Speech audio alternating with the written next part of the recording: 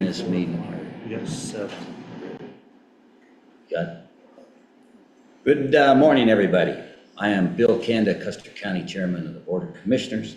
We'll convene this meeting at 9 o'clock, Thursday, March 13th, 2025. So if you got a cell phone, silence it. This meeting will be broadcast on both Zoom and YouTube, so be mindful of YouTube. You can't see it, but they'll be hearing things and listening to everybody as well. Yeah, please speak up. Yeah, and I'll try to keep it loud. You guys make your questions this way loud as well, or responses. So with that, let's do the pledge. Join me, please. I pledge allegiance to the flag of the United States of America and to the republic for which it stands, one nation under God, indivisible, with liberty and justice for all. Thank you. Please join me in the invocation. Lord, we just come before you and we thank you for this wonderful county that we live in and the people that fill it and work here and live here and are raising their families here. Lord, I just pray that you would give us wisdom and guidance as we make the decisions for this county. I pray that we would have everybody's best intentions and best desires and best for their lives in our thoughts and in our decision-making processes. In your name, amen. Amen. Okay, roll call, Kelly. Commissioner Kanda? Here. Commissioner Beck? Present. Commissioner Vogelsong? Present. County Attorney Dan Slater? Here. And Clerk to the Board Kelly Camper present. Okay, thanks. Audience introduction, we'll start. All right. BOCC admin Caitlin Who's the newcomer? Mary Yoder, Linda Yoder. Linda. Linda Yoder. Linda's down there. Yeah, she's here to learn. Yeah. Your name. Alan Yoder. James Gilbert. Kathy Griffin. Jenna Coppins. Janet Rhodes. Jim Shatlin. Eric Everhart. Stone. Oh, slow down a second. Kelly catching up. She's writing them down, please. I write fast, but not that fast. Okay, Okay, did you get the last one? I got Stone this last. Stone? Okay. Good, next. And Tori Everhart. Okay. Sandra Broom. Stephen Wood. Robert Smith. Marty Newcomb. Reggie Foster. Okay, thank you. Is that everybody? Who's online? We have Custer County Landfill, Deb Adams, Jeremiah Coleman, John Price, and Kathy Kerr. Okay, so speak up when we speak, and with that, are there any amendments? Yes, so we'll move Stone's presentation to right after accounts payable. And then we'll move the Yahtzee special use permit, the Grimm special use permit, consideration of short-term rental moratorium up just after West Custer County Library District annual report. And then the 2025 noxious weed management plan and implementation will move to a future agenda. Because We just got announced that the state's noxious weed fund got cut from $750,000 down to $450,000, so that cut Custer County out altogether. So we've got to do some investigation on that and see what we're going to do for our weed share program. We have enough for our byways and right-of-ways, but that's it at the moment. So, and Brittany Pierce out of Fremont County does our spraying for us, so. that's not in jeopardy yet. Yeah. No, that's set in stone as of right now, so. That's all I believe I have for amendments to the agenda. Okay, how about the approval for the minutes, February 27th? I move we approve the minutes of February 27th. I'll second. Any comments? Any changes? Okay, with that, vote for approval. Lucas? Aye. Paul? Aye. Kanda, aye. Thanks, Kelly. Okay, first out of the chute is accounts payable. No, No, excuse me. No. It's the present. no. Where am I? There it is. Attorney, commissioner items. I'm excited about seeing Stone's presentation. So commissioner items, Paul? No, I'm good. Nothing to add or. Well, I went to the mayor's roundtable. Everybody's kind of seeing the same problems. Debbie Bell with Fremont County was there. So the mayor's roundtable is made up of Custer County, Fremont County, one commissioner from each, and then any of the mayors from all the small towns and large towns meet and just kind of go through what are we experiencing, what can we learn from each other, and how can we help each other out and move forward. So kind of discuss those things, but went to that and attended that meeting yesterday. So finally got all the VINs off all the vehicles and sent it to one fleet management company, Enterprise. I've got another one that I'm going to send the list off to as well, and we'll see their proposals in the upcoming month, probably in April. So that's about it. Paul, you had a second? I did attend the tourism meeting that was held, and I also attended the fair board. They're well on their way, ready for rodeo and fair to be here, so have a few more hurdles to jump over and everything, but things look good there. Also with the tourism part, they have focus on many things, and it'd be interesting to start seeing those come out to you guys, let you know what's in the future for us in the county, so all look good, so. Okay, and then just a note to the public. We attend a lot of meetings, we do a lot of things, and the things we bring up are things that we think would be useful for you to know, so that's how we're proceeding here. We did have an OEM training with Robin and Christy Coleman since the last time we all met with you all. And that was very good. It's required. You get new people coming and going, and it's required when there is an emergency of some sort to understand us, the commissioner's responsibilities, as well as where all the other players that play are in it as well. This was strictly a briefing. However, we have had tabletops where we assume there's a fire or a flood, and then we react with all the county assets as well as all the districts that are affected to be part of that activity. So that was good. Also, the airport's coming around with that tank. They've had a lot of problems with the equipment that was sent. The hoses didn't work, it was the wrong box. There's a lot of things like that. They're working with the contractor that supplied the tank, so that's been solved though, but it's taken a little time. Also, we had a let's see if we get the I guess that's things to note. That's probably the key. We are working in the background. You've heard about it in the past. We did have a resolution we passed some time ago on banning pornography in the county for kids under the age of 18. That's also been sent to every county commissioner and every county city manager as well.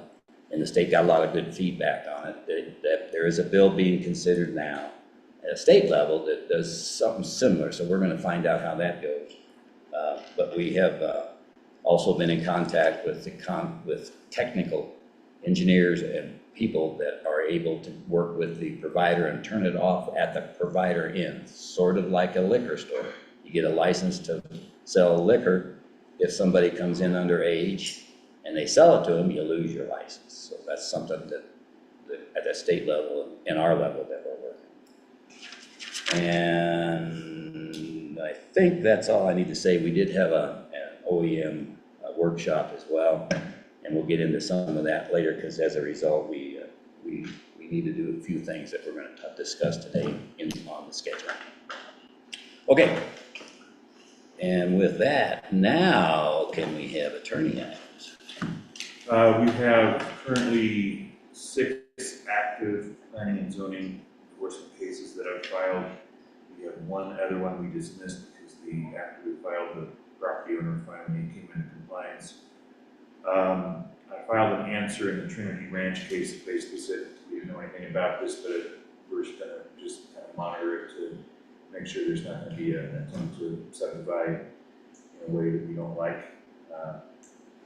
And then just as an FYI, I won't be here next week for next week's meeting, so don't do anything rash. We'll try not to. We'll call, we will call. Don't do that either, please. All right, gone next week. That's why Paul and I sit on either side of Bill. Yeah, that's right. Be constrained. You got shackles. That's why I got them. All right, admin items, anything, Caitlin? I don't have anything there. All right, no unfinished business. And we will start new business now. Remember, this is a BOCC meeting. We want to hear input. It's not a debate. So if you have something to add that's significant, that would be good to hear. But keep it loud. Can you speak up? Can you hear me? Now. Now you can. All right, I'll keep going. Okay, accounts payable. Got them? You want to bring it up? So the biggest item on here, it's just under $190,000. The biggest thing on here is a $64,000 payment for our motor graders that we're leasing. We're leasing 2 of them. In 2027, we'll have a balloon payment of $300,000 that I'm trying to figure out how we're gonna make that payment. That comes out of capital improvement, and what goes into that fund is building costs, building material tax, and 0.5% sales tax. So they stay like they are going to, or like we've seen them in the past, we'll be fine. But if they would happen to go down, we might have to decide what we're gonna do with that, those balloon payments. So don't like balloon payments, definitely don't like these 2, but we're here where we're at. The other thing in here that I want more clarification on is on page 13, if you guys are following along, is for professional services, consulting services for county patrol, and I want to know more about what's going on with that. So I'll make a motion to approve the AP in the amount of $187,179.21, and that is minus the $2,187.50 for that one invoice that I want to look And further for into. what month is it? This is for, this is through the first 2 weeks of March. Can you give me that second one again, the 2,000? Yes, ma'am. $2,187.50. And that was for the sheriff's office. Yes. Have Kristen pull that, put a hold on that.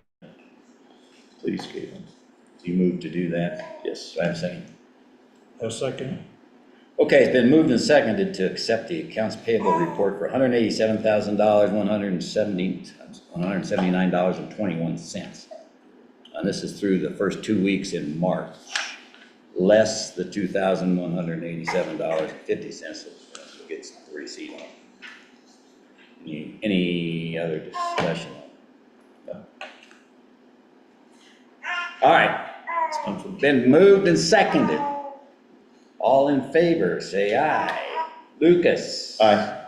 Paul. Aye. Kanda, aye. Good to go. Keep me going. Keep watching the time.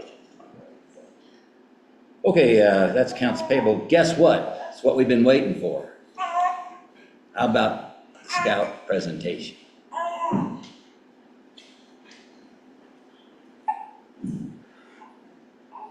And speak up. Yes.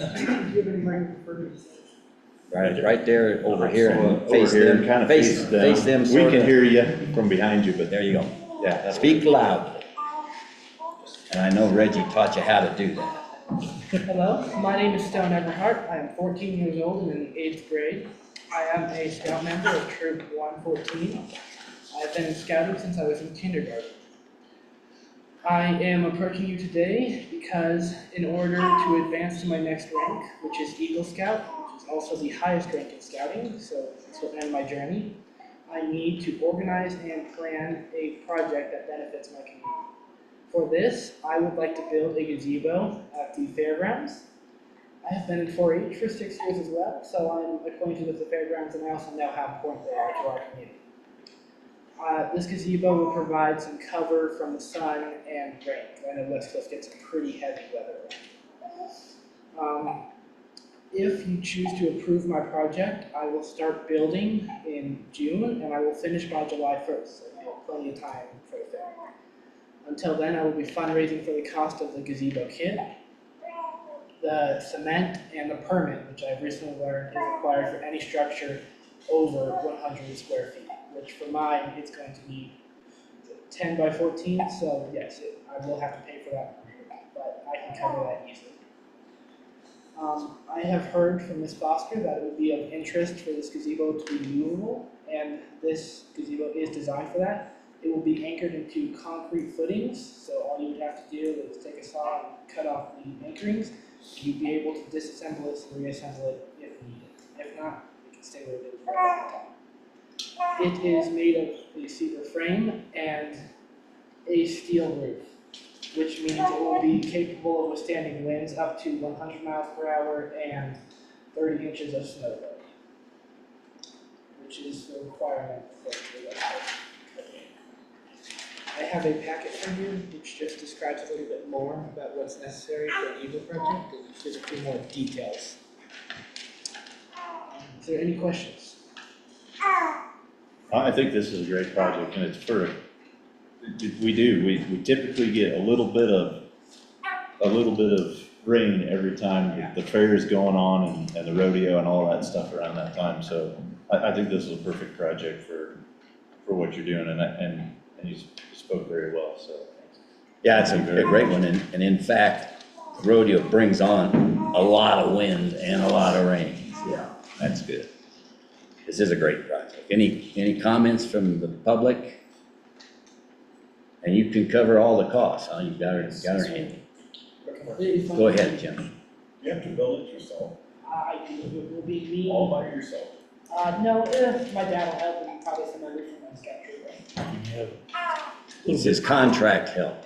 you can have a little bit of help, but not another scout, is that correct? Yeah, I can have my scout troop do it, I just have to plan and organize and at least put some. Because you're dealing with some pretty heavy timbers and stuff, it's kind of hard. I'll recruit some people. Well, that's great. Give him a hand. We're at Oh, 3 yeah. minutes. Hey, Mr. Matt, so you're fundraising, so you're welcome. Thank you. Kathy, you need a comment? Okay, the kit come in. Driving in now. So next up is the Zebulon Pike Historical Trail. And as we speak, Kit's here to present that project. Take your time, it's okay. Thanks, guys. Thank you very much. Come on around, kid, you can take your coat off. Where do you want me? Over here and kind of face them and us. And Is this tell the us- hot seat? Yeah, that's the hot seat. You don't have to sit. You can No, these are the hot seats. stand. Yeah, That's right. as you know. Come on, guys, stop Doesn't whining. have any wires going to it. Okay, so while he's passing this out, I'll point out, Kit was a former commissioner, been a commissioner for 8 years, and has done a lot in his, it's not retirement, he was a surveyor, he was a county surveyor for a lot of years, and also he picked up a passion to get a historical site, and you've seen it. This is the Zebulon Pike Trails, where he took the easy route through the Arkansas, and he didn't realize it wasn't going to be that easy. The guys up north on the other trail during that time frame got the best deal, and these guys had a lot of problems. And so Kit has that defined. We have 2 sites here in the valley, and he'll explain where they are and what he's doing now. So Okay. go ahead, Kit. Kit, one reminder, speak loud. Yeah, these guys, Where's the microphone? Mayor, I wish there was one. You're just gonna have to yell. Yeah, it's right All there. right, well, I don't speak loud, I'll do my best. The, in '06, it was determined that there was going to be a commemorative, series of celebrations on Zebulon Heights to the west. And he was commissioned in '06 of 1806 to come west and find the source of the Arkansas River. He had already done an expedition to find the source of the Mississippi and done that successfully, so Thomas Jefferson sent him west. And he was to come, keep a journal and come west and look for the source of the Arkansas and then go back down the Red River. Well, he kind of got lost, ended up in Canyon City at the Arkansas, but he went up Red Creek instead of up the Arkansas River. So he ended up at the Buffalo Peaks up in South Park, decided to go west, crossed over back, got back to the Arkansas, came down the Arkansas thinking he was on the Red River and ended up back in Canyon City where he started. But once he realized that he'd made a mistake there, he decided he'd found the source of the Arkansas, so he decided to head back over and try and find the Red River. So he left two men with all of his horses in Canyon City, put everything into backpacks, and came up Great Creek in February, which was probably Not not a the good best time time of to year come to be up doing Great that. Creek. When they started their expedition, all they had were summer uniforms. They weren't planning on it taking all winter to get up and back. So they came up with backpacks, came into Custer County, turned up Johnson Gulch, and past the Reed Ranch and onto what is now Oak Creek Grade.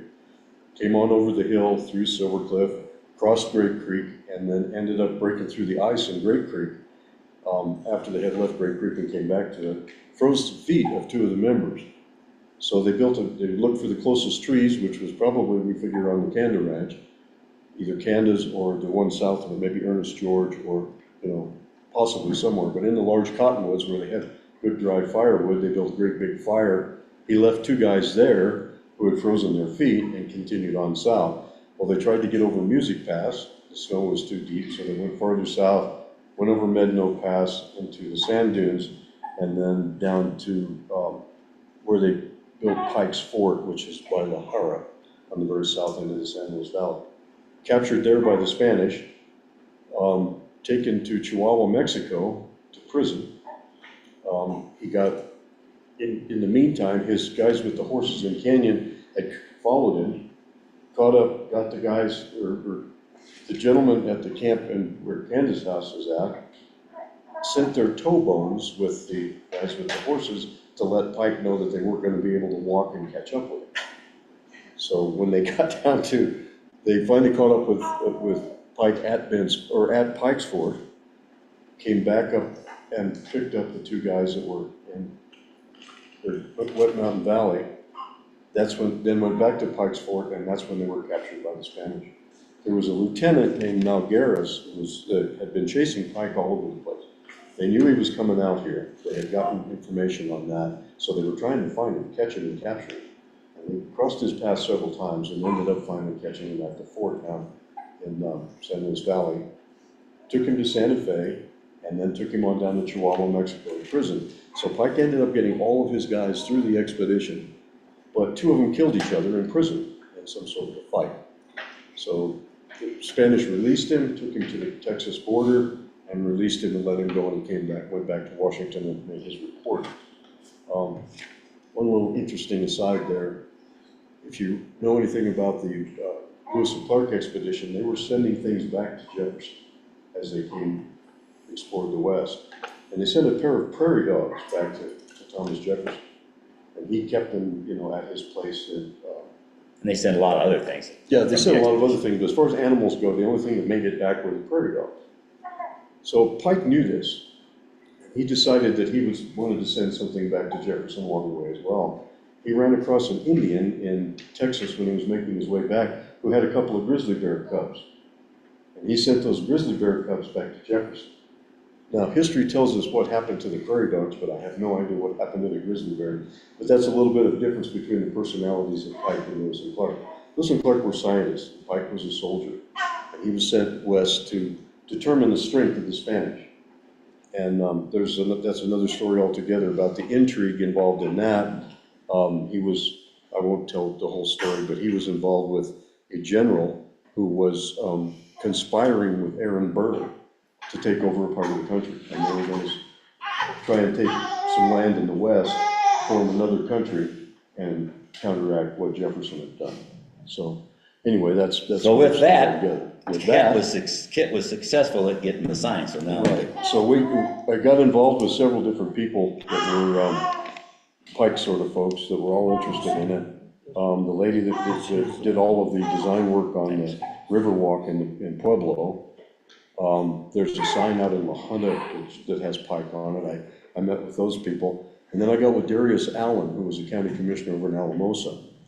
And we went for a DOLA grant. They give historical grants as well. And we got a grant to put in 16 commemorative sites at various places along Pike's journey. 4 of them were in Custer County. We have the Reed Ranch and the one out on Macy near Candace. And then there is also one in Silver Cliff. And we have one at the Music Pass, where they camped for a while trying to get over the top.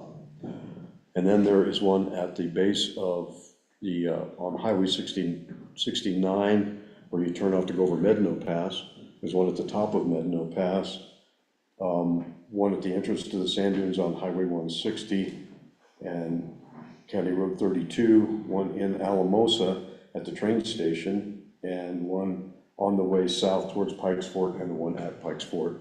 On the north end, we have one in Florence, Canyon City, Temple Canyon, where he came up Great Creek, where he started up Great Creek.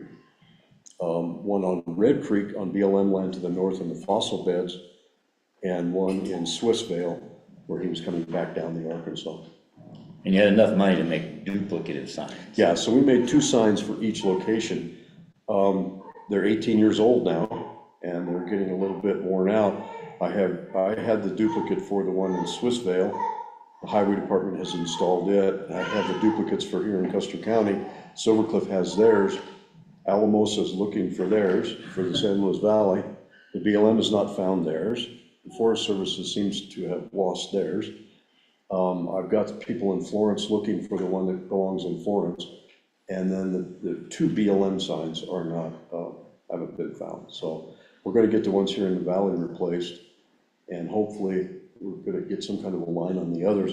If not, I'm gonna try and get some funds to get them reproduced to put a second one back in, because they are getting weathered and hard to read. But 18 years is pretty good, I think, for how they've survived. Did you pass some of these around? Working at that, yeah, I gave 3 of them out there. Okay. So I brought some information on Pike, and we have these brochures that I've handed out. They're at the entry to Colorado on, you know, the visitor centers as you come into the state. They're in each one of those, so I kind of keep those. And you had this with the tourism board up here. You got. Yeah, the tourism board helped a little bit with that. That was actually funded by the Pueblo Riverwalk. Yeah. And designed by a local resident, Bob Pratt, who is working on this caboose back here. Yeah. He worked with National Geographic. He did all of the graphics work, and we went to Ben's Fort and got a little bit of help down there from their historical people when we got started with it. So Okay. a lot of folks involved in it. I gave a presentation at CCI in '06 on the same day that 200 years before Pike was on Pikes Peak. And so I did a little presentation for them. And then we were all held together by a daily Pike's journal. He had entries every day. So this entire group, and there were 250 people in this email chain, that every day through '06 and '07, we got the Daily Pike, which was his journal entry for that day. So we were all following his journey during that 2-year period. So Great program. it's pretty interesting. I think Bill was in on the very end of it. I sent some to him Yeah. when we were getting finished up with it. I don't know Okay. what else you want to know about that. Any points, any questions? Pike was killed in the War of 1812. That's right. Finished off. No, and I've let Deb Adams know about it. I sent her the email that you had forwarded me with all those graphics, and I said maybe this could be a continuation of the tourism board and Catch keeping some up, funds, and maybe they could find some funds for the project. That'd be great. We may need it. I don't know. Okay. I still have people looking for them, so we'll work at it. Well, I'll keep you posted on what Okay. happens with it. It's kind of some detective work. Okay, thanks on that. The next thing that he's got is a good project. He was over there in Denver yesterday at the session on the hearings, and it was on the Day hearing. before yesterday. Day before yesterday, it was Senate Bill 25.003. So I asked him to bring everybody up to speak so you can hear firsthand what's going on at the legislature. Go ahead. Yeah, you might have seen that. There's just been a lot of television coverage of it. I testified 3 weeks ago at the Senate hearing on the same bill. And it's a bill to outlaw certain, and they have a list of semi-automatic rifles, which is AR-15s, and it actually extends far enough to affect a lot of pistols as well. Anything with a detachable magazine. And at the Senate bill, and it came out of Senate committee, went to the overall Senate, and they modified it, and of course added some amendments. One of the amendments was to allow you to have one, but you have to go through 2 separate safety trainings for it. You have to have a letter from your sheriff in order to take those safety trainings, and then you have to pass those by 90% on a written test. It's 12 hours altogether unless you have hunter safety, and then that divided it into half. So pretty cumbersome process. There was over 300 people testified, everybody 2 minutes apiece. So I sat there from 10 o'clock in the morning until 5 in the afternoon before I got to get my 2 minutes. At the Senate hearing, it started at 2 o'clock in the afternoon and ended at 10:45, and I testified at 10:30. So people showed up. There's a lot of opposition to it. It was about 2 or 3 to 1, depending on which hearing you were at, as far as people in opposition or in favor of the bill.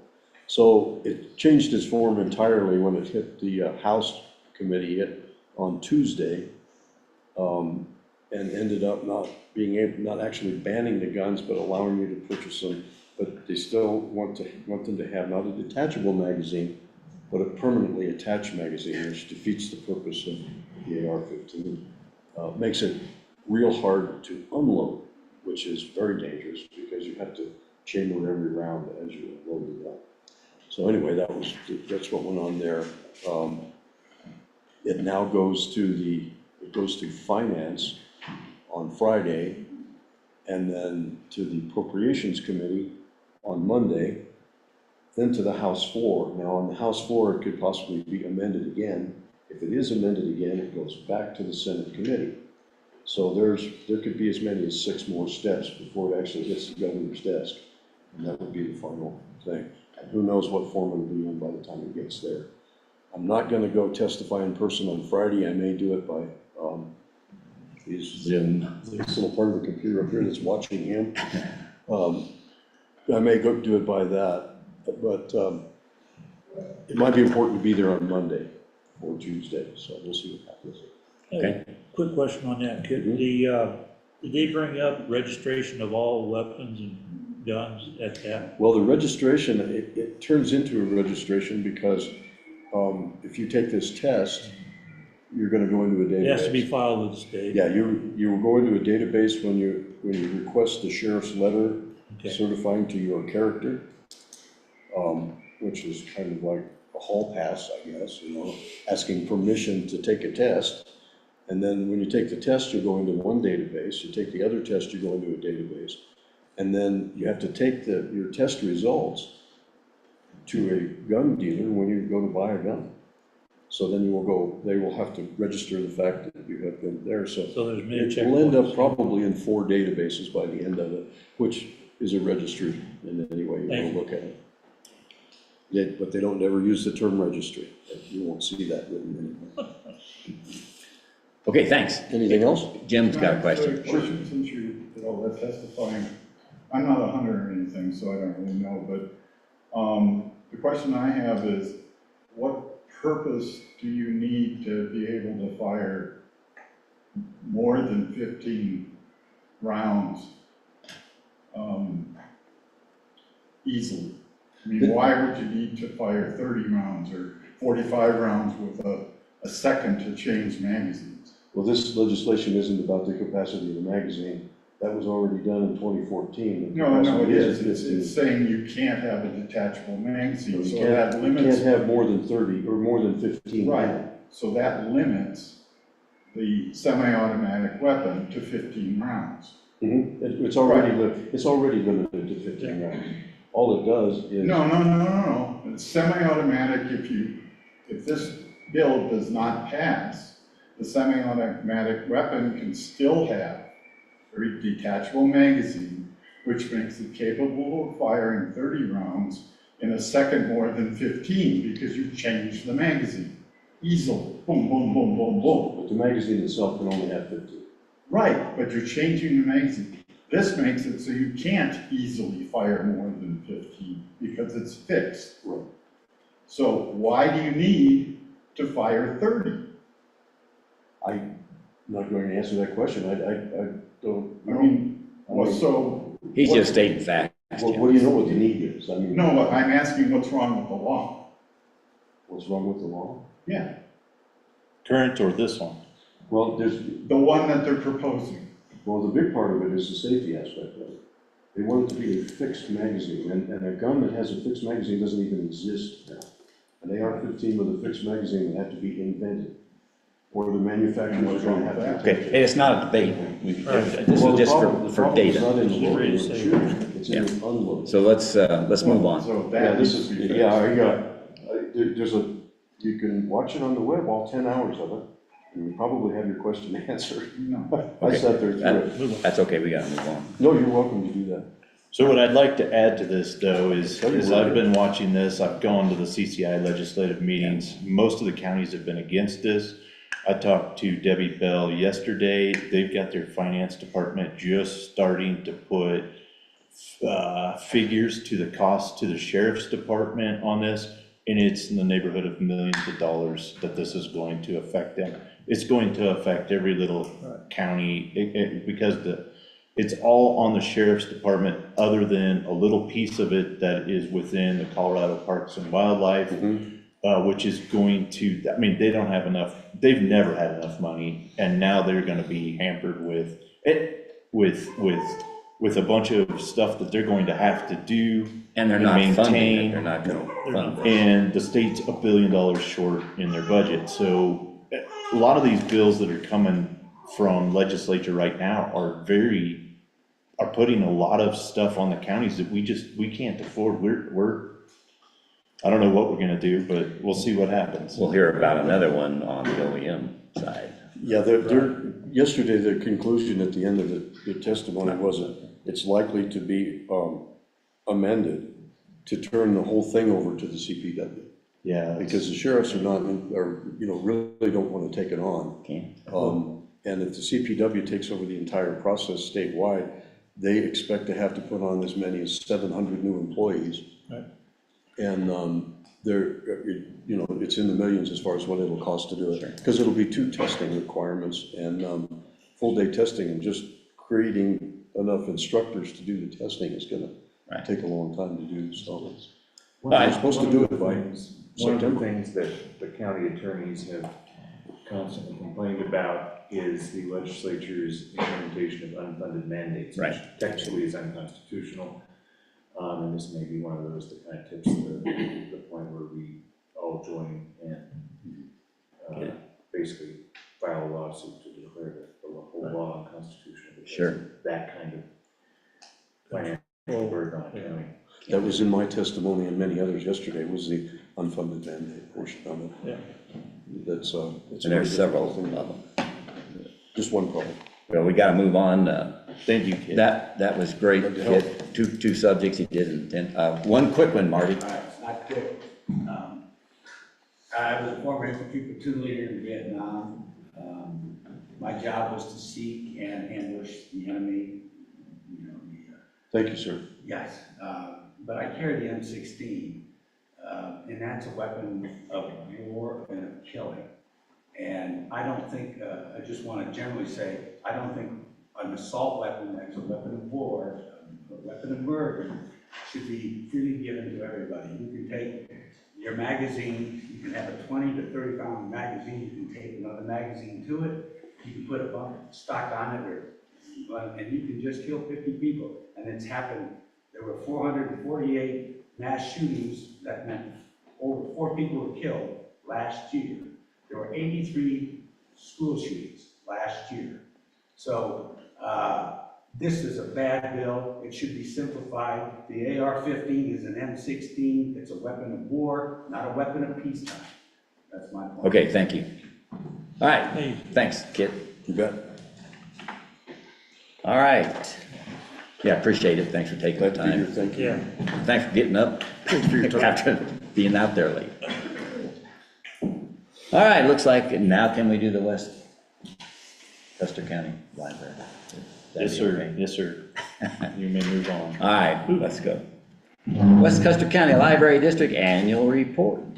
In a marked contrast, we'll talk to you about the library. Welcome. Hello, Thanks, Joyce. commissioners. All right, you two are up. I think You just stand we all there. have copies. Yeah, we have copies, yes, Yes. ma'am. We got the copy. Yeah, so every year we put together this nice little infographic for you all to just kind of give you a general overview of our stats from the previous year. Obviously, we have public computers. That's one of the biggest services that is used by our community.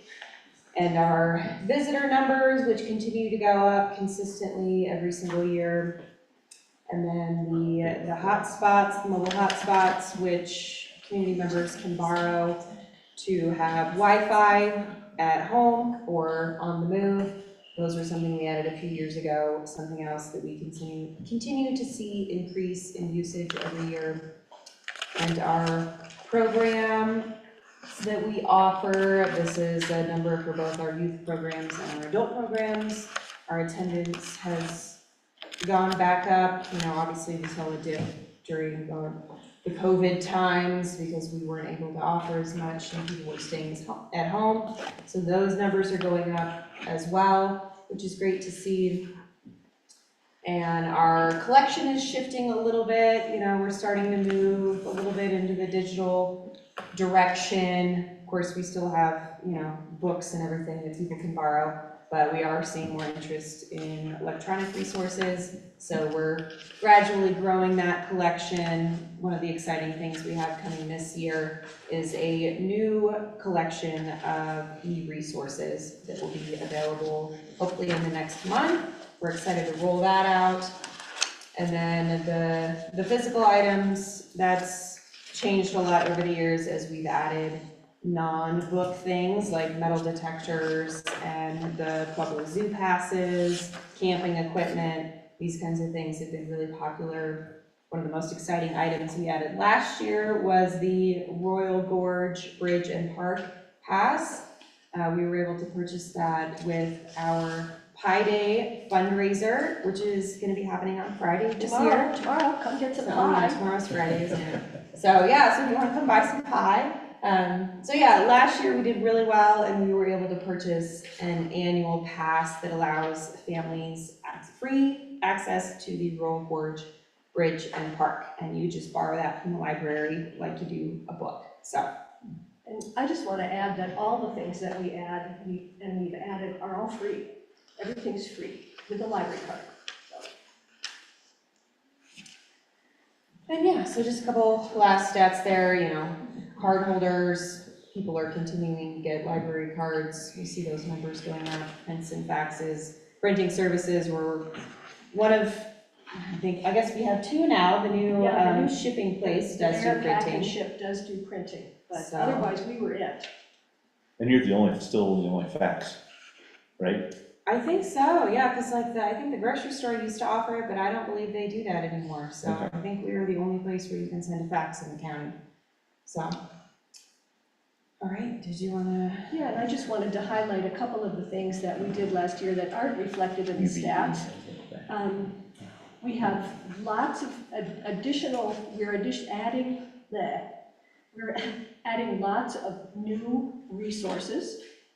We had tens of thousands of website visits. Our Facebook followers alone are about 1,200, over 1,200.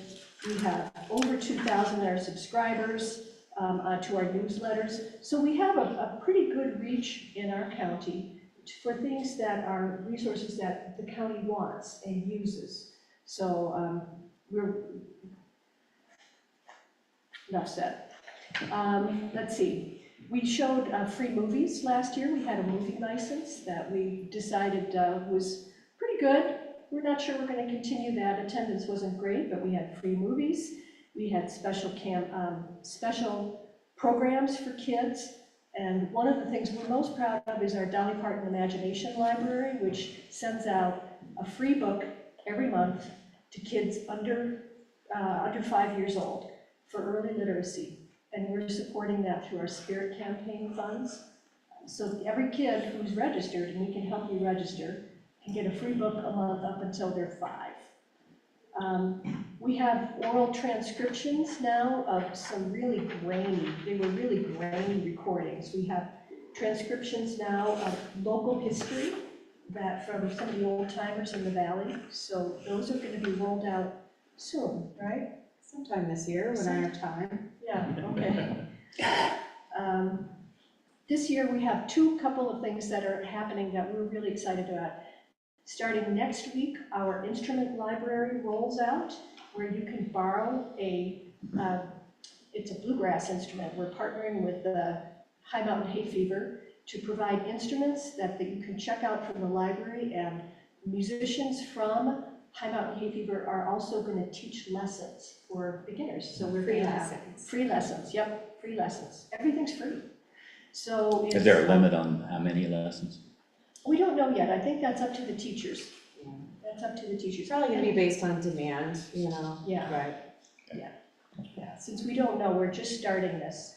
So we're gonna have ukuleles, we have banjo ukes, we have guitars, both full size, 3/4 size, mandolins, and then we're also gonna have a bass and a fiddle at some point. Those are coming in as we move through the program.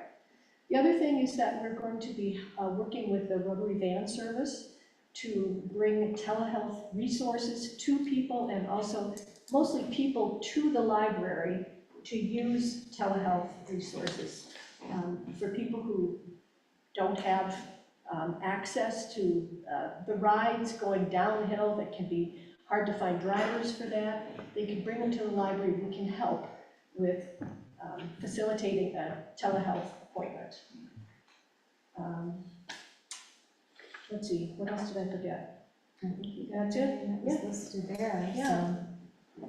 We relaunched our free legal clinics as well, Yeah. so we're trying to get the word out about that. That was on hiatus last year, and we just had our first one yesterday. So every month, let's see, what is that, second Wednesday?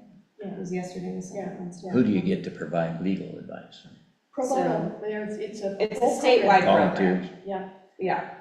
But yeah, so we, every month, we'll have 4 20-minute slots for county residents to use for free legal help. So they sign up for a 20-minute slot. Right. Oh, Yep, contact us to make an appointment, and then they come to the library, and it's over Zoom, and they can get 20 minutes of free legal counsel, so. Great. For those of you that don't know, the library is a taxing district, so your tax dollars are rolled into that. But it's not a lot of money, It's not. just like it's not a lot of money for all the districts.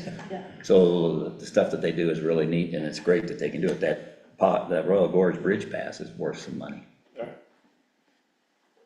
There's never been fewer than 40 people on the hold list for that. That's really, really, really popular.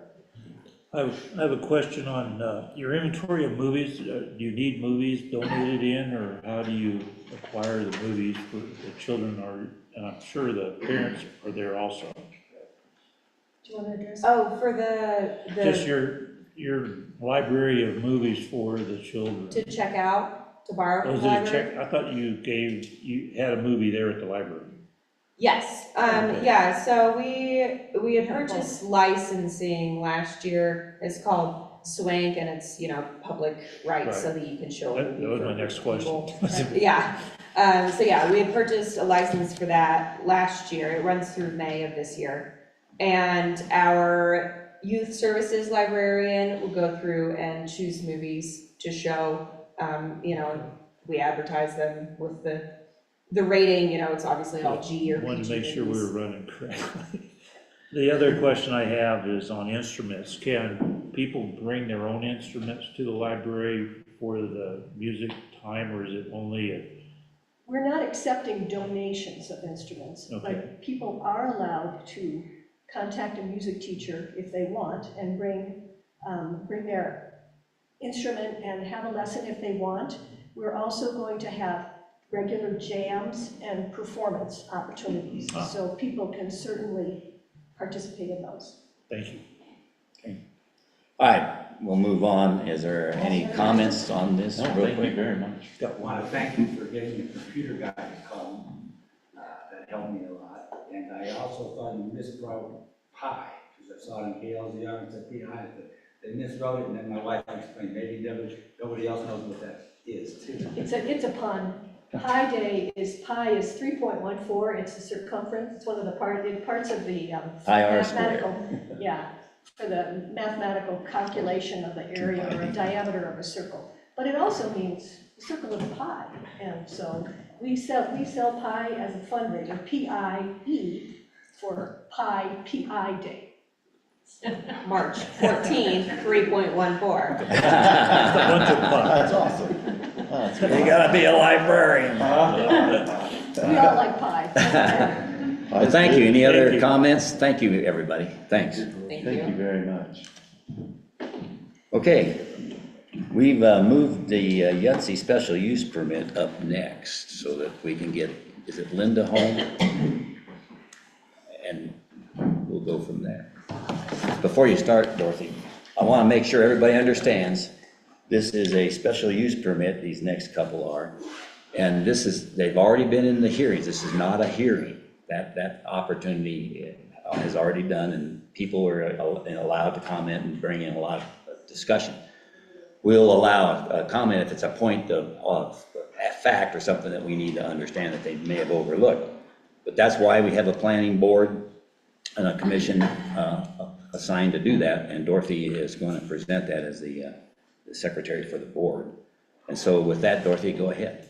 Yes, we have, on the March 3rd Planning Commission meeting, during that meeting, it was recommended, or what was brought forward was a request for a special use permit on County Road 129, or it's 129 County Road 155, for a feed store.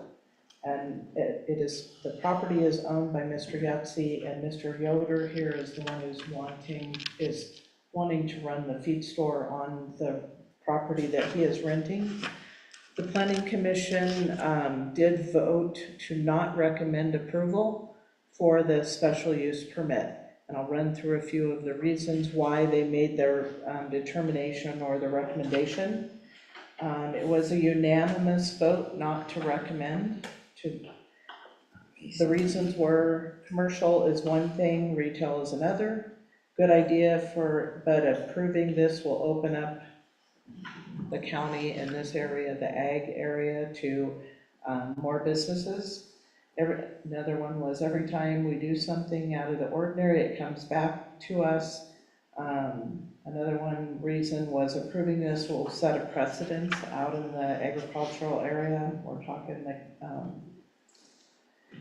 the agricultural land out in the valley, out on the valley floor. The property is very clean, but is a residential area. There are other opportunities for this type of business. The next one was roads are always going to be an issue. Ag owners sell their products. This goes against the plan of the county. And the last one, the seventh vote, the reason was, I have no problem with the feed store. The problem is the location going against the master plan. Okay, so there was a mistake that you misspoke. It was an accident. It's not County Road 129 Macy Lane, it's County Road 155. Right, I corrected myself. It's 129 County Road 155. Yes, Just to make sure. you mentioned Macy, so I just want to make sure that's clear. I was getting ready to. Okay, so with that, I will move, in order if we get to discussion, that we accept this application and approve the recommendation to approve this.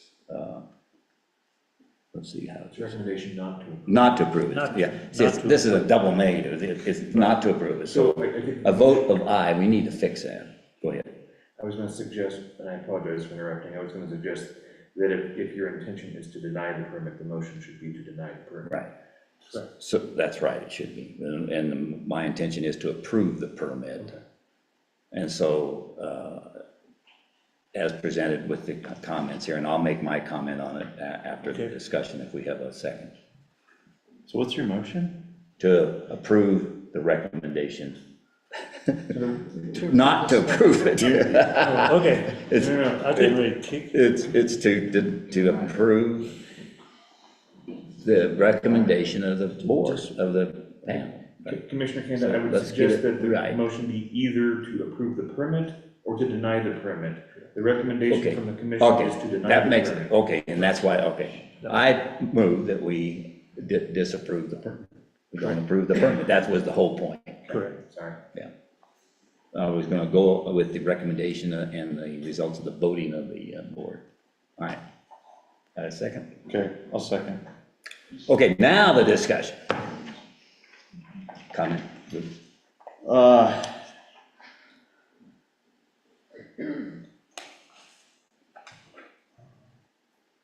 My comment is this, is that,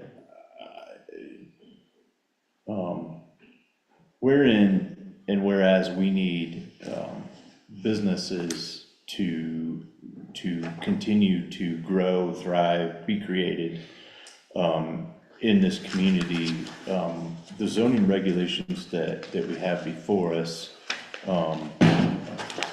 definitely set out a plan as to where those businesses are to be and what we need to follow in order to keep what we've decided as a community a long time ago in the 70s to do. So, where I love the idea, and I think it's a great idea, it's unfortunate that maybe unfortunate, in my opinion, to a certain degree, that we are sitting here making a decision like this, because it'd be great to support this as a community, because you are getting the community support as far as people using your services that you provide.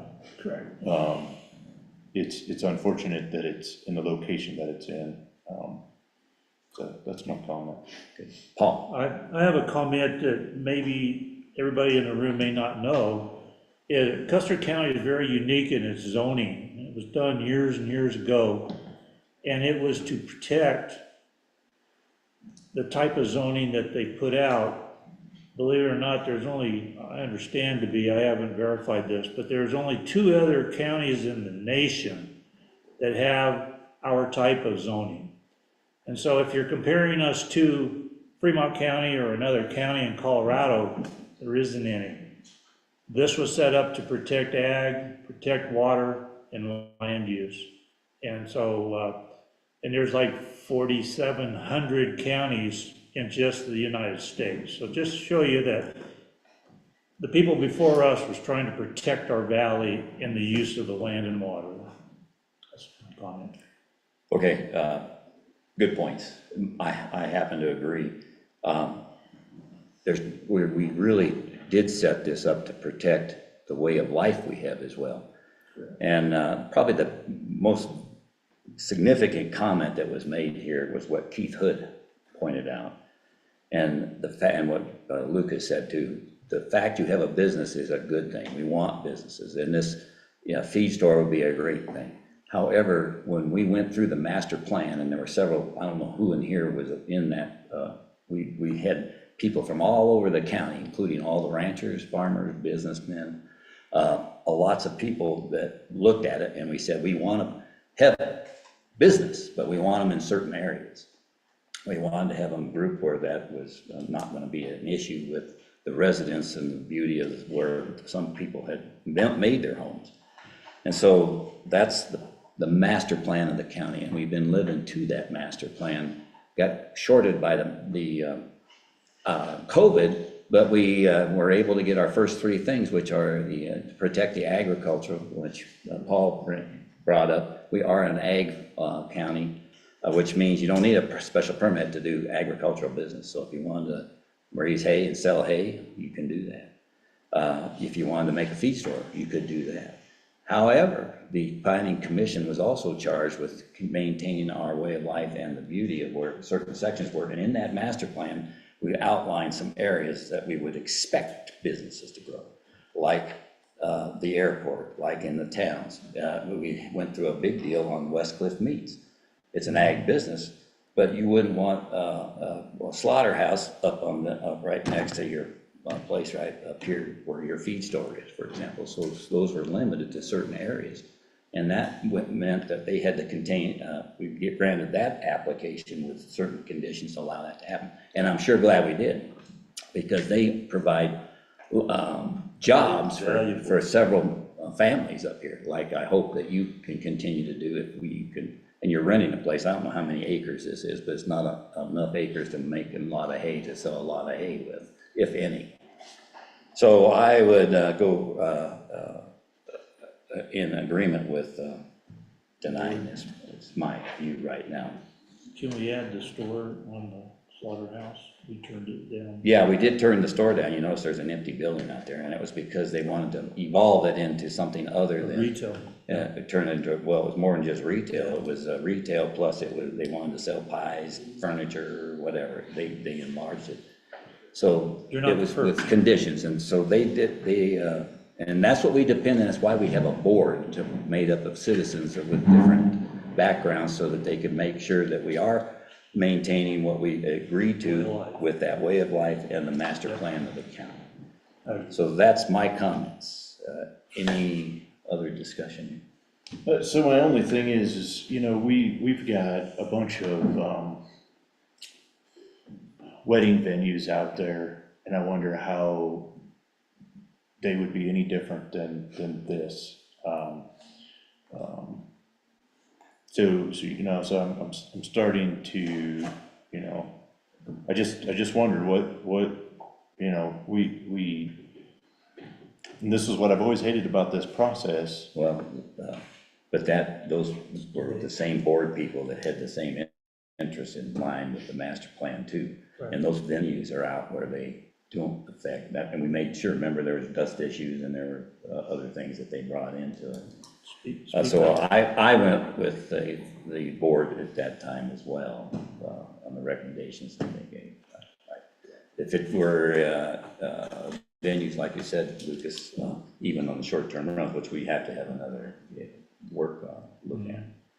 But in this case, I would encourage you to keep building the business, but we'll see how this vote goes.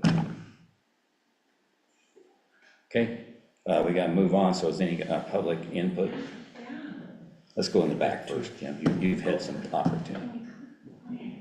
Oh, this concerns the Yahtzee special use permit?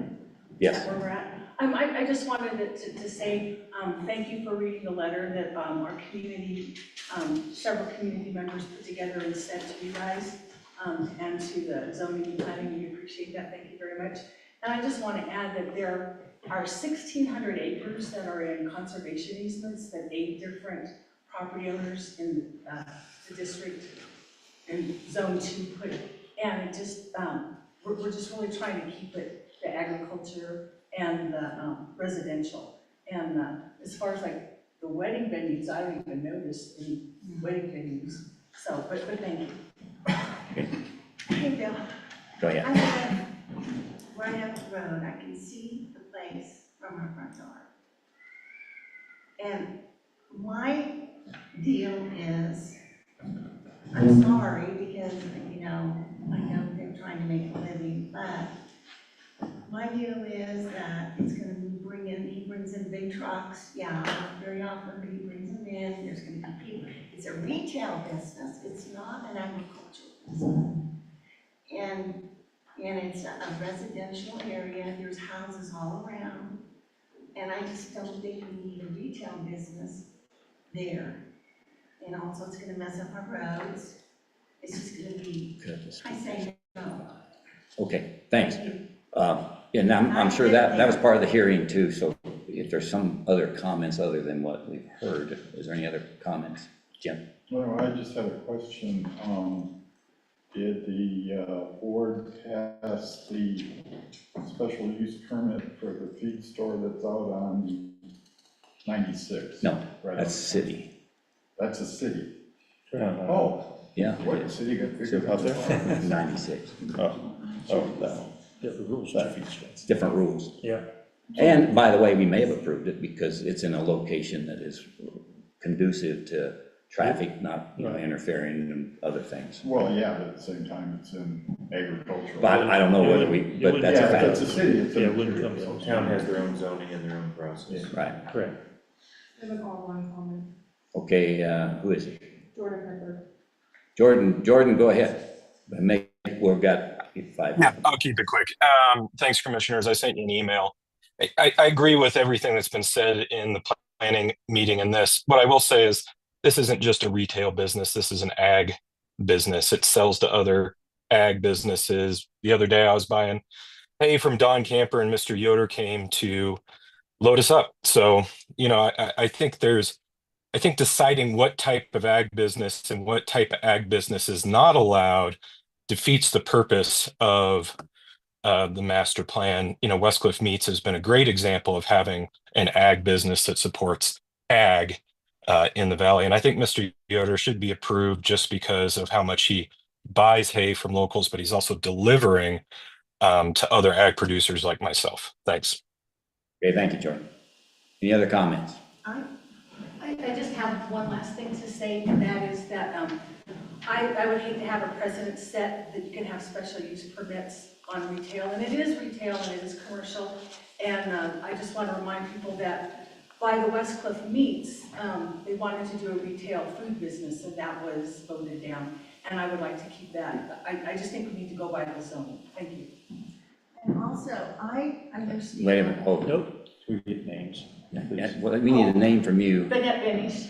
And is it gonna add to this, or is it just gonna echo it? Go ahead. Pardon? Your name. No, I'm not, I'm Pam Hunsaker.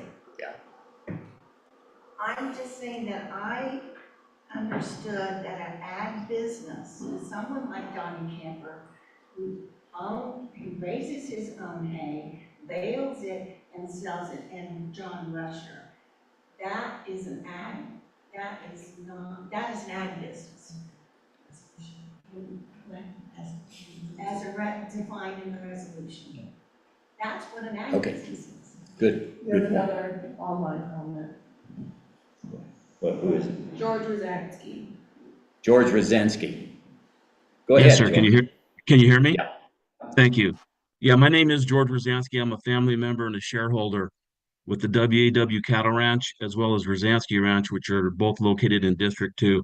And just really quickly here, I just want to point out that the Zone 2 San Grady Crystal District, it states specifically this 35-acre zone is intended to be both residential and agricultural in nature. The zoning district's intended to promote a rural residential environment, areas where conservation of agricultural resources, including forestry and open space, is of prime importance. And just want to say that, wish the folks the best, but this is not zoned to be a commercial or, retail business location. Thank you. Thanks, George. Other comments? No. Got anything else? No. Okay, so, I got one. I didn't hear. So we're not- I didn't see. Raise your hand. Go ahead. Your name. Alan Yoder. We're not trying to change the zoning or anything like that. I consider what we're doing is agricultural. We're not selling pies or cakes or meat or whatever, which. Speak up, please. So, anyway, so we're just trying to get started. We don't plan to stay there forever. We just need a place to base out of to get the business rolling. And I want to say I'd say 90% of our product gets delivered out to the customers. They never show up. We do have trucks coming in every now and then delivering stuff, but we also have cross-country freight traveling these roads, UPS, a lot of delivery companies. So just to say that if we could use this as a base to get started and eventually build up for revenue to get moved into town or to a better location. That's what I'm after, so. Okay. Other comments? No. Well, hearing none, then I'll call for the vote.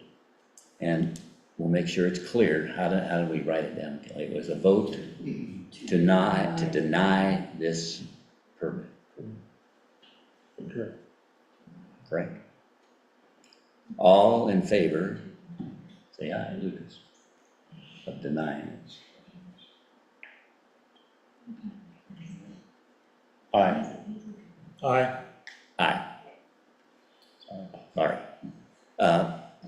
We have a board there, and I think they did a great job pointing out a lot of things, and we support your business if you can get it. It's why we have the board. Thank you, guys. Thanks. Thank you. Okay, now we've got another one, and this is the Grimm special use permit. And the Grimm special use permit is for a wedding venue. It would be located on 950 Haven Road. The planning commission met on March 3rd and is making the recommendation. It was a unanimous recommendation to approve the wedding venue. The reasons that they had behind it, every one of them stated that the approval recommended with conditions. There are several conditions that they added to this, and I can go through. Yeah, go through all of them. I Is that will. in the packets? I didn't. No. No.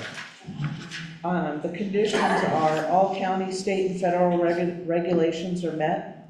A maximum of 100 guests. All guests must be contained within the property boundaries. Install a privacy fence to control nuisance lighting, and that is down the driveway. That was discussed at length. Install a certified septic system. Install and maintain a cistern to provide water, so they're not using the well. Reach an agreement with the neighbors to maintain the road. Maintain communication with the neighbors. Special use permit will be reviewed on a complaint basis. So what did that mean? So if enough complaints, they'll review it, or? Yeah, or and one? that's on every special use Yeah. permit. If we get complaints, we then investigate the complaint, and if it's valid, then we'll review the SUP and bring it to you if we make recommendations to close it down. All right. Okay, so this motion was made To recommend. for approval with the conditions you've noted. Yes. Okay, do I have a motion?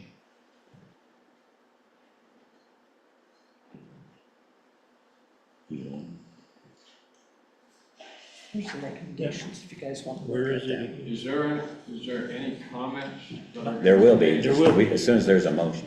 As soon as we have a motion moved and seconded, then we have discussion. That was a presentation of what it is. No, clarify, make a motion and then we, I did. yeah, and then we vote after the discussion. Go ahead, make a motion.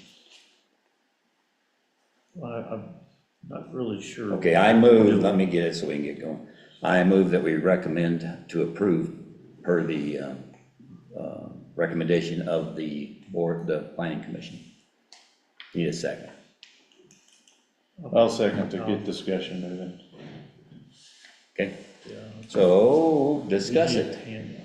Let me see that. So this is on I was gonna ask. Haven subdivision road, right? We don't maintain this road. This is a. It's a right-of-way, county right-of-way. Right, that's what I was getting. Where it's red on this map is where the county ends their they do not maintain past that point.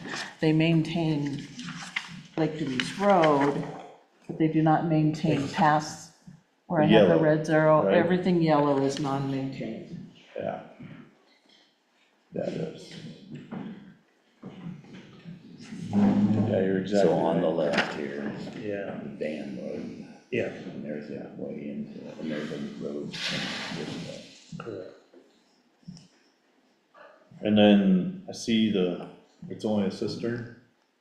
It will be a cistern. I think if things go better, and they get it up and going, they could potentially think about a, commercial well, but I don't think that's something they're gonna invest in right away.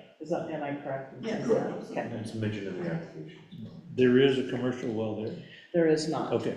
They're gonna There's bring water in.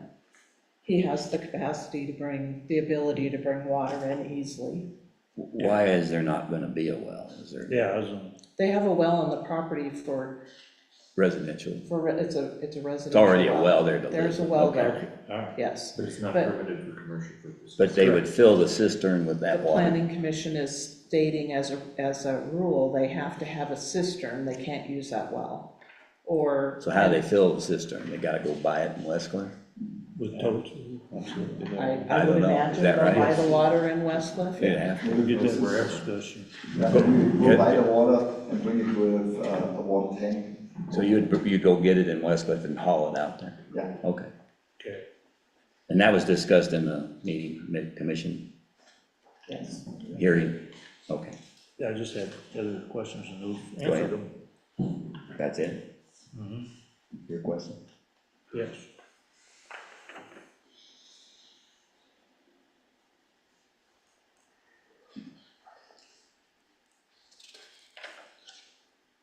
Did you mention the size of the cistern? They didn't make that as a condition. Okay. Have to be big enough to handle 100 people. Yeah, that's my question, and possibly fire, before the fire department gets it. Either that or I'd sure get my garden hose out of the house too. Yeah. Okay.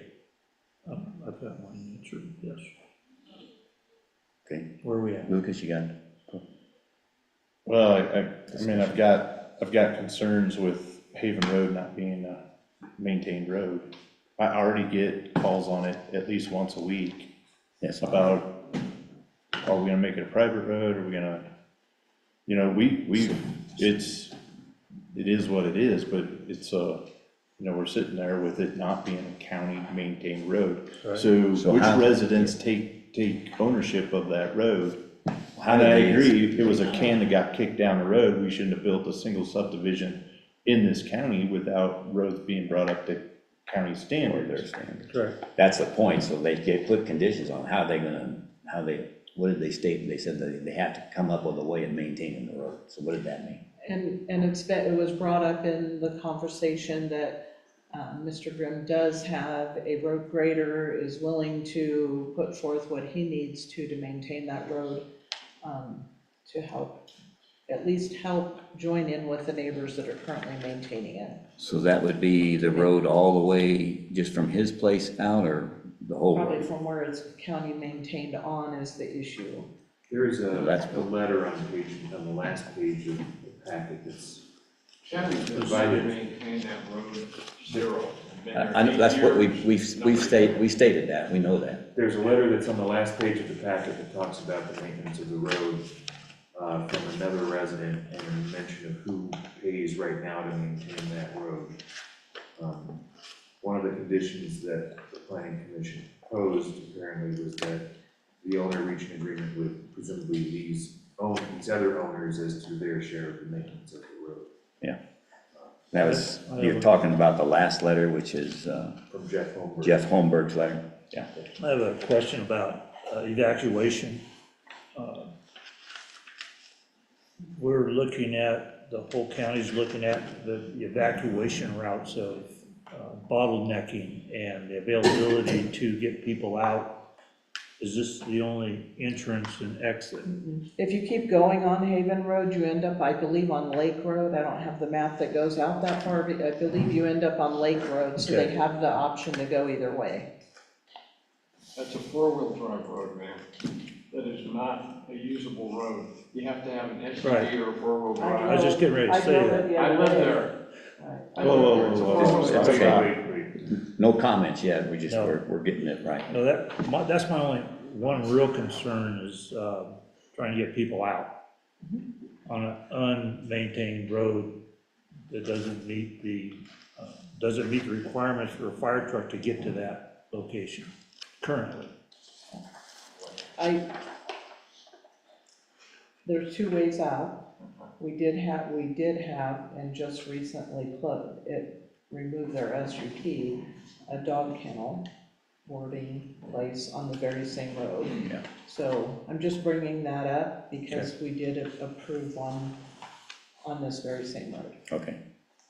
Thank you. Yeah, and the road from the BLM ground to where we maintain, just past Eddie Lane there, piece of property, that is the worst part of the road.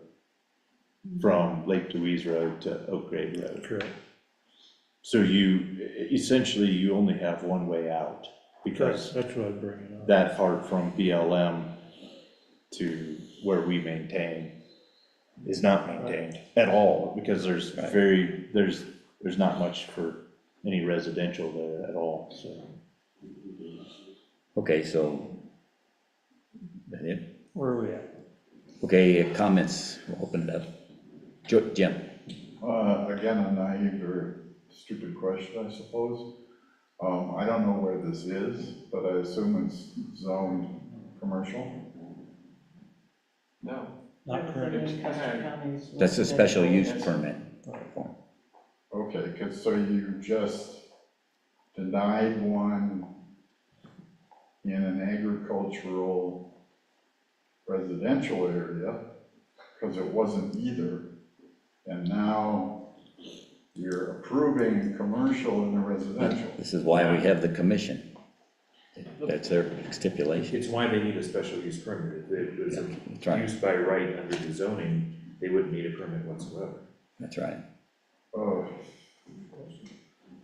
Well, I guess I should have gone to the zoning commission and asked them why they're. Well, that's the whole point, there's a hearing, Jim, that's exactly right. The hearing was given. Okay, go ahead. Okay. Number one, I'm Eric Swenson, Reverend Eric Swenson. I live next door to this property. I just heard a no on SUP because of ag and residential for this other gentleman. People move here and want to maintain a quiet, peaceful way of life. The planning commission, in my opinion, is a joke. I'll just flat out say that. The last time you approved something for the other neighbor, Baker, nothing was done to follow up. Zero road maintenance has been done by him. I'm the one that maintains the road. He plows in the snow. We took it away. And number two, why weren't we notified by you on the 3rd? Why weren't we notified? We're next door to this property. That's a failure, total failure. Number three, commercial venues on residential ag property shouldn't be going forward. It's not going forward on all the other ones. So why is the planning commission doing the opposite, setting a whole different precedent? Doesn't make any sense. Okay, good question. He made a point, it was announced, how did you do it? The hearing was published. It was published in the newspaper for 2 weeks. What There were newspaper? I have letters that were sent out to every. We had never gotten a letter. Hold on. Just don't argue, this is a point. You made a question and I'm asking her to answer, let her answer. So, go ahead. Notices were sent out to every one of the adjoining landowners or anyone within 300 feet of that. So there were notices sent out, both regular mail and certified. We did not get one. And both papers have it, or which paper published it? It's in the Tribune. We don't read the Tribune. It's in the hall, in our So we're official supposed to place. come down and read that every week? It's Give me a in the break. If you want. Give me a break. Okay, other questions, other points? Maintaining the way of life thing is not happening. Okay, you're done, you got no. We're done. you We're got a new- shut down. Do you have a new point? The point is, we didn't get a notice. The point is, we haven't had any time to prepare or even discuss in the planning commission meeting, and yet it just keeps rolling through. Okay, thanks. You have an online comment. Let's let, you first, then we'll go online. Who's online here, so waiting? Okay. You want to listen first? Yeah, All right, who? Jared Baker. Jared, go ahead. Thank you. I just want to say one of our biggest concern is just, the road. And as nice as some maintenance sounds, we don't want a full maintenance because we don't want to increase traffic on our road. I am the one that, had the dog kennel SUP, and I just want to say when we applied for that SUP, it was always only for a temporary business. We have chosen not to open our business in a residential area for those facts. We now have some land in Silver Cliff where we might be able to do that. I just, the increase of traffic and it could be enormous. If we're talking 100 people, that could easily be 50 cars for one venue in and out. What happens when a drunk driver crashes through my fence? Who's there? There's just a lot of things at play, and I don't feel like the plan has been represented well enough to where we have a full picture of what this could become. Thank you for taking my comments, commissioners. Okay, Thank you. when you say planned, I have a quick question for him. Did you go to the hearing? Yes. Okay, and you felt that it wasn't presented enough in that hearing? Well, I know, there was several things that were submitted through the initial plan that were changed during the review as far as the building type and structure. And then, it goes from, is it going to be a wedding venue? Can businesses start having Christmas parties? A wedding venue might be a small scope of what this could turn into. It's either a wedding venue or not. But okay, thanks for the input. Thank you. Go ahead. I need to make a comment here. So we purchased this property up there. We met the neighbor, him in person. He told us that he maintains the road. I don't know this gentleman, but he is now going against him. The whole thing is, there's a road going through, the road is not maintenance. So Mr. Baker wants this road as a private road. This is the only thing what they really fight for is the road. Instead to maintenance the road, that's it. I'm willing to do this, yeah? But the whole purpose on this whole thing is the road. Everybody claims he owns the road, or the road will be maintained by this guy or this guy. I think this is the smallest issue right now. Thank you. Kathy. Hi, my name is Kathy Griffin, and I don't live anywhere as near this community from what it sounds like, but I also live in a subdivision that is privately owned. And we have a gentleman in the subdivision that gets his grader out there, and one day I was out of town for 5 days. I came home and he had taken out 4 feet of my property all the way around with no communication whatsoever at all. So one, even if the road is an issue here, there has to be some structure, some communication, something like that agreed upon between all of the neighbors. And I can't imagine how the planning and zoning can get involved in that in a private subdivision. Secondly, what Commissioner Vogelson was mentioning, about the fire and the need for the cistern to be much larger, again, in my community, that's, another huge issue. When there are some neighbors that are not as concerned about fire as there are about other neighbors, that's just how it's always going to be. And these are the types of issues, my perception is these are the types of issues that balloon into dividing this county more. So I applaud you guys for the guidance that you give us to try and keep everything fair. And thank you, Dorothy, for all the hard work that you do.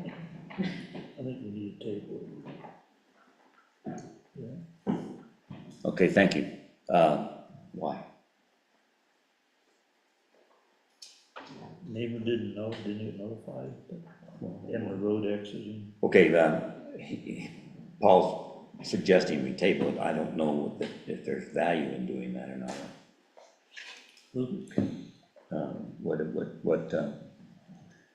my view is this, and then we'll, want to hear Lucas a little more.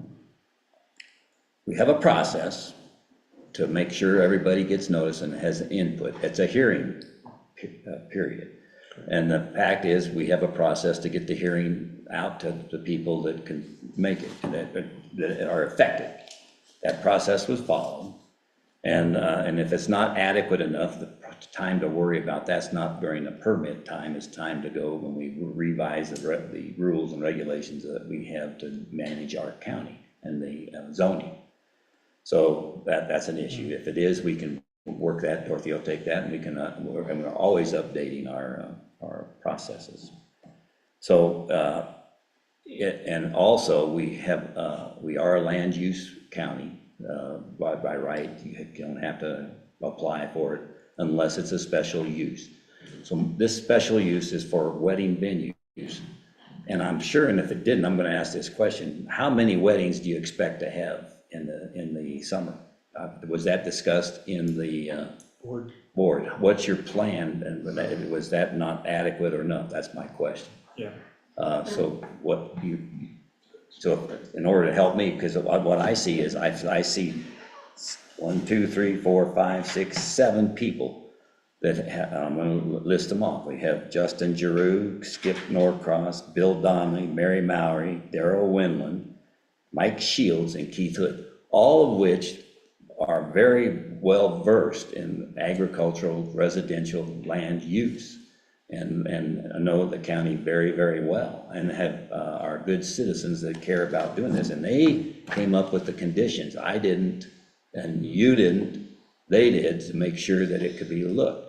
And so if the process involves, and one of the conditions I heard, which makes it more palatable, is it depends on the what happens. If you're going to tell me there's 10 weddings a year and that's it, then that, and this idea of having a Christmas party is not an issue. I mean, that would be different. When are you? Did they constrain it to summertime weddings? Could it be year round? So they're okay. So those are questions that were they asked in the hearing. Yes, sir. Okay. And so this is not a hearing now. This is just an approval of what we see with facts in front of us, and the state and our processes and how we do it. I want to, if we start going around the processes, then what good are they in the first place? And if they make mistakes, we can fix them. And so if that turns into a summertime wedding that's going to have, it's limited to 100 people, are they spaced between wedding venues, like 2 weeks apart? Is there a dead spirit period? All those kinds of things. If it was a wedding every other day of the 3 months that you're there, was that discussed? Those kinds of things I'm assuming did. If they didn't, then I would think that it would be ferreted out after it was in use, just like the condition says, and we would pull that permit. As a matter of fact, that's what would happen. We've had that happen several times in the past. If they don't adhere to the conditions, we do it. Yeah, that's my comment. The fire chief was on that board, correct? Say that again? Was the fire chief on? No. Who was? You can see the list. Okay. All right, no, I'm all right then. I'm just still concerned about bottlenecking. Well, I am too, but it's not like there's 50 people unless there's 100 people and the fire starts there. Correct. They run away from the fire. Correct. If it starts up here in Baker's place, that's what I'm worried about. What's the hazard, specific hazard? Is that house on top of the road and it's burning, they can't get through it? No. Is it close enough that it starts a brush fire? Is there enough trees there? I don't know. Right. So that's why I brought it. Yeah, if you bring it in, that's a point. Can I say something? Was it discussed in the meeting? Fire was discussed heavily Yeah. when we were on the site tour. The plan that they had, and With who? You had the commission out there? I had two individuals came to the site tour. Okay, and they brought it to the commission. And we talked at length about that. Mary is here, she could attest to that. That was part of the conversation in the planning commission's decision. Good. I agree. The board seen it or heard about it, and they made the decision that it would not be a problem. So I'd like to hear Mary's view. Yeah. Like Dorothy said, I'm Mary Mowry, and I'm on the planning commission. And we I was at the site tour. They do have a nice open space that they plan to do the venue. Down the road, they have another wide open space for parking. I heard in both the site visit and in the hearing that they're more than willing to work with the neighbors on the road, making sure that it's kept up, but not kept too far up, so that they increase traffic to the lake. There is a concern about that. We did discuss it being public versus private, and that's a separate issue. And the plans they have were only on the weekends and only in the summertime. Okay, Mary, the traffic to the lake, it's coming from Oak Creek grade across there and through this, is that what they're worried about? And the worst spot, like Lucas pointed out, was four-wheel drive road. I've been through that, I get my car through there. It tends to be, from what I understand, a sinkhole or a mud pit. Mud puddle. Mud, yes, at times. Especially during the winter time. And we But drove that- some, Spring and fall. But that's not, But that's not gonna be an issue because it's supposed to be just during the summer. right. And if it's not, then what happens is, what's the recourse, Dorothy? Do they To cancel deny- the to get a complaint and bring it back to another hearing, correct? we investigate the complaint, determine whether it's something that would cause a revocation or to have that SUP revoked. And we would bring it to, I believe, I need to read the resolution, I think it goes to you guys Yeah, it does. for revocation. It does. Okay. Mary, are you done? As far as I know. Okay. One important point here, because people like him are against it, which it's okay. I don't want to spend $200,000 on a wedding venue plus and get these concerns then every single day. Oh yeah, I saw a car driving by or whatever it can be. So I have to make sure when we spend the money, that the money is well spent, and it will be, like we talked about in the summertime, it will not be a great event or big event, but I need to make sure that our money is spent right and not after the first venue, the concerns are coming in. Like, because this gentleman called me 10 minutes before 9, 10 minutes before 9, and told me that he's totally against it, and he will hire an attorney and whatever, 10 minutes before 9, before the meeting. Because we didn't get notice. You get notice. We did not get notice. That's enough. I didn't even walk I'm not out. arguing about it, that's the process. Because you didn't involve us. You do this Not- crap all the time. That's You do enough, this crap all the Eric, time. that's enough. The process is there and it's been process there. The didn't process has been working, and if it doesn't, we've fixed it. And Well, Dorothy's, this didn't happen. We didn't get notice. you did. Can you admit All right, you're that's wrong? enough. Are you that That's prideful? enough. Quiet. Anything else? Anybody else? Can I say something? I want to mention something. So a wedding venue is not like a rock concert or something. So this is something where people gather and get married, and it's a happy event. We don't want to make a lot of noise or anything. That's why we have a building where the music will be. And this is a 36-acre piece of land where the neighbors are really far away. That's what I mentioned. And I think one thing, if I can say, they will be on the property during the wedding. Yes. They have a second home there that they're redoing. They will be staying there while the wedding is going on. The second home you're talking about is the one that has the well. Say that again? That's the one with the well? Yes. It's the home. Yes. It's livable, it's not like it's, okay. All right. Any other points, questions? Is somebody online? Any other questions? I don't know.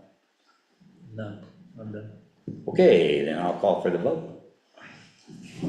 So all in favor to approve the Grimm special use application, say aye. Lucas? Aye. Paul? Aye. Kanda, aye. And that's with the board's recommendation. Yeah, that was with the. With the conditions as stated. Right. Okay. Thank you, and I'll stay tuned for the process to work. Thank you. Thank you. Can we take? Yeah, let's take a break. Time out. 5 minutes, we'll be back.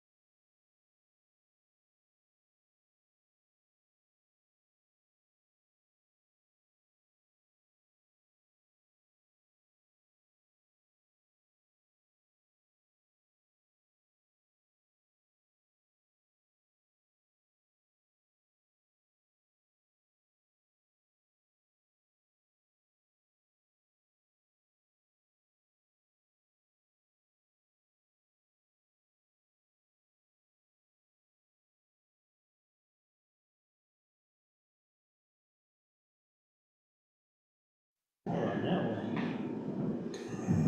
Yeah. You back up?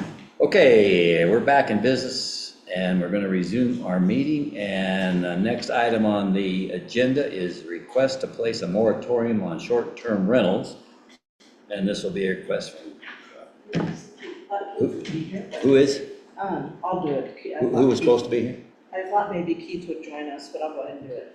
So, the Custer County Planning Commission is requesting that the Board of County Commissioners place a moratorium on short-term rentals, starting as soon as we could get it into effect.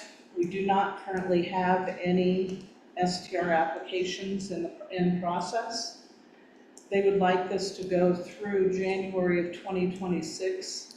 They feel this will give us an opportunity to have workshops and make recommendations for possible changes in the short-term rental process for the commissioners. Okay, and in fact, we've all seen need to revise some things based on experience and things that have cropped up. That's the whole purpose, right? Yes. I think this probably should be a resolution. So they don't need to vote to have the resolution? Normally you would have the resolution to vote on the resolution. Right, you're asking for us to consider that, and I would say that's a good thing to do, and I think you ought to get a resolution worked out. I should be able to. And then come back to us. By next week. Yeah.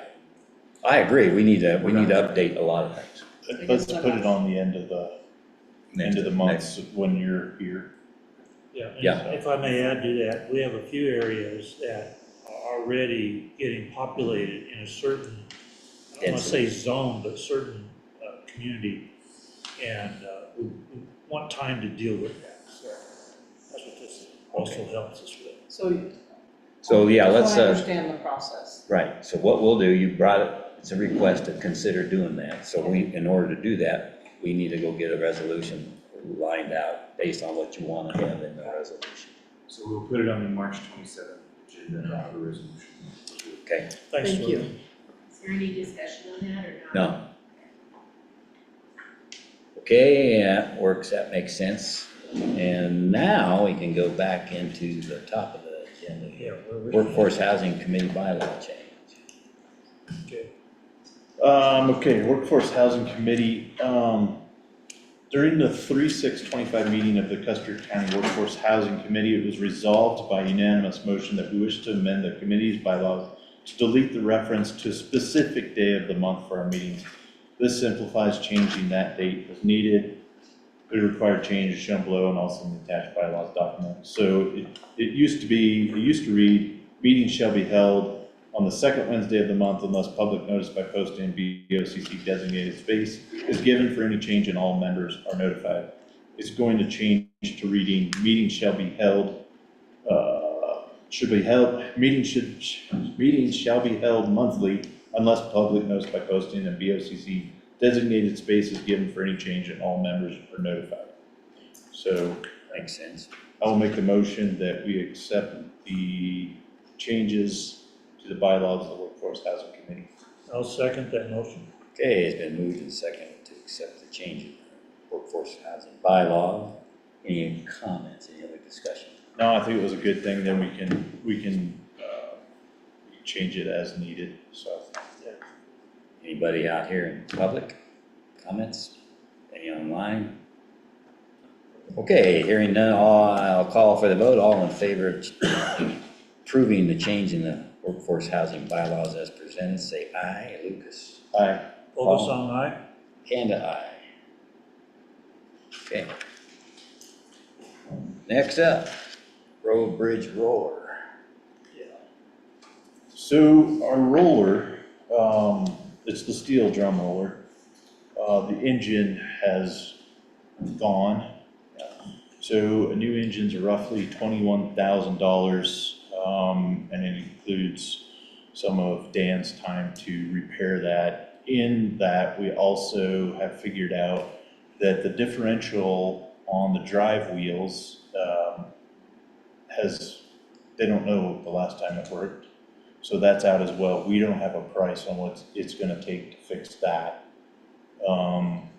while we were just waiting to get the engine repaired and put back in, we would have to rent a compactor from John Deere at $9,000 for those 2 weeks that we were going to need it. That time frame is going to extend out to replace the differential. So we'd probably have closer to 18,000. We'd have 4 weeks. The roller that we are planning on leasing, we can buy for, I think, 61,000. 60. Yeah. Saw it here somewhere. It is. 61,000, 62,000, something like that. 61's 9. So I had them go out and get, some quotes on some other machines. Of course, this is a used machine, this for 61,000, it's 2021, but it's been maintained by John Deere throughout. It's their lease model. They lease it out to whoever needs it for the specific time.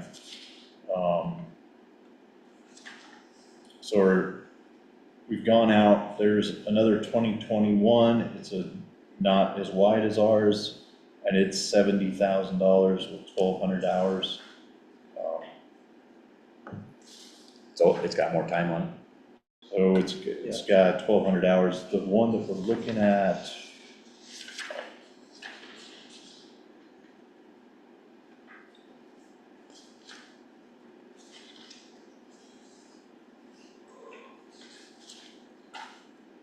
sorry.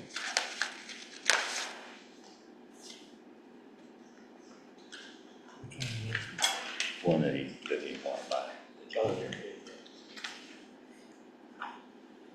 Four Rivers. So the one we're looking at is a 2021 double drum roller. That's $65,900 and 29 cents. $65,000. $900.29. Okay. So that's a double drum. It's 86-inch roller, and it's dual drum roller. It'd be an upgrade, major upgrade from what we have now. Big deal. It's the rental. It's the rental. It's the one they rent out. Okay. That's been maintained by them. So a new cat roller is in the neighborhood of $150,000. So I think that's a little out of our price range, and I don't think it's really what we want. How many hours are on there? 4 Rivers. 4 Rivers one. 3,000 hours. So it's a little, That's not bad. little higher in hours. That's not bad. Don't quote me on that, just a minute.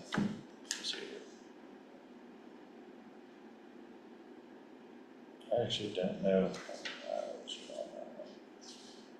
And if I can add to that a little bit, the roller that's currently there to put all this money into, it's hard to get parts for it right now, along with a lot of the inventory Road Bridge has. So trying to repair it would be downtime, which would take away from maintaining roads.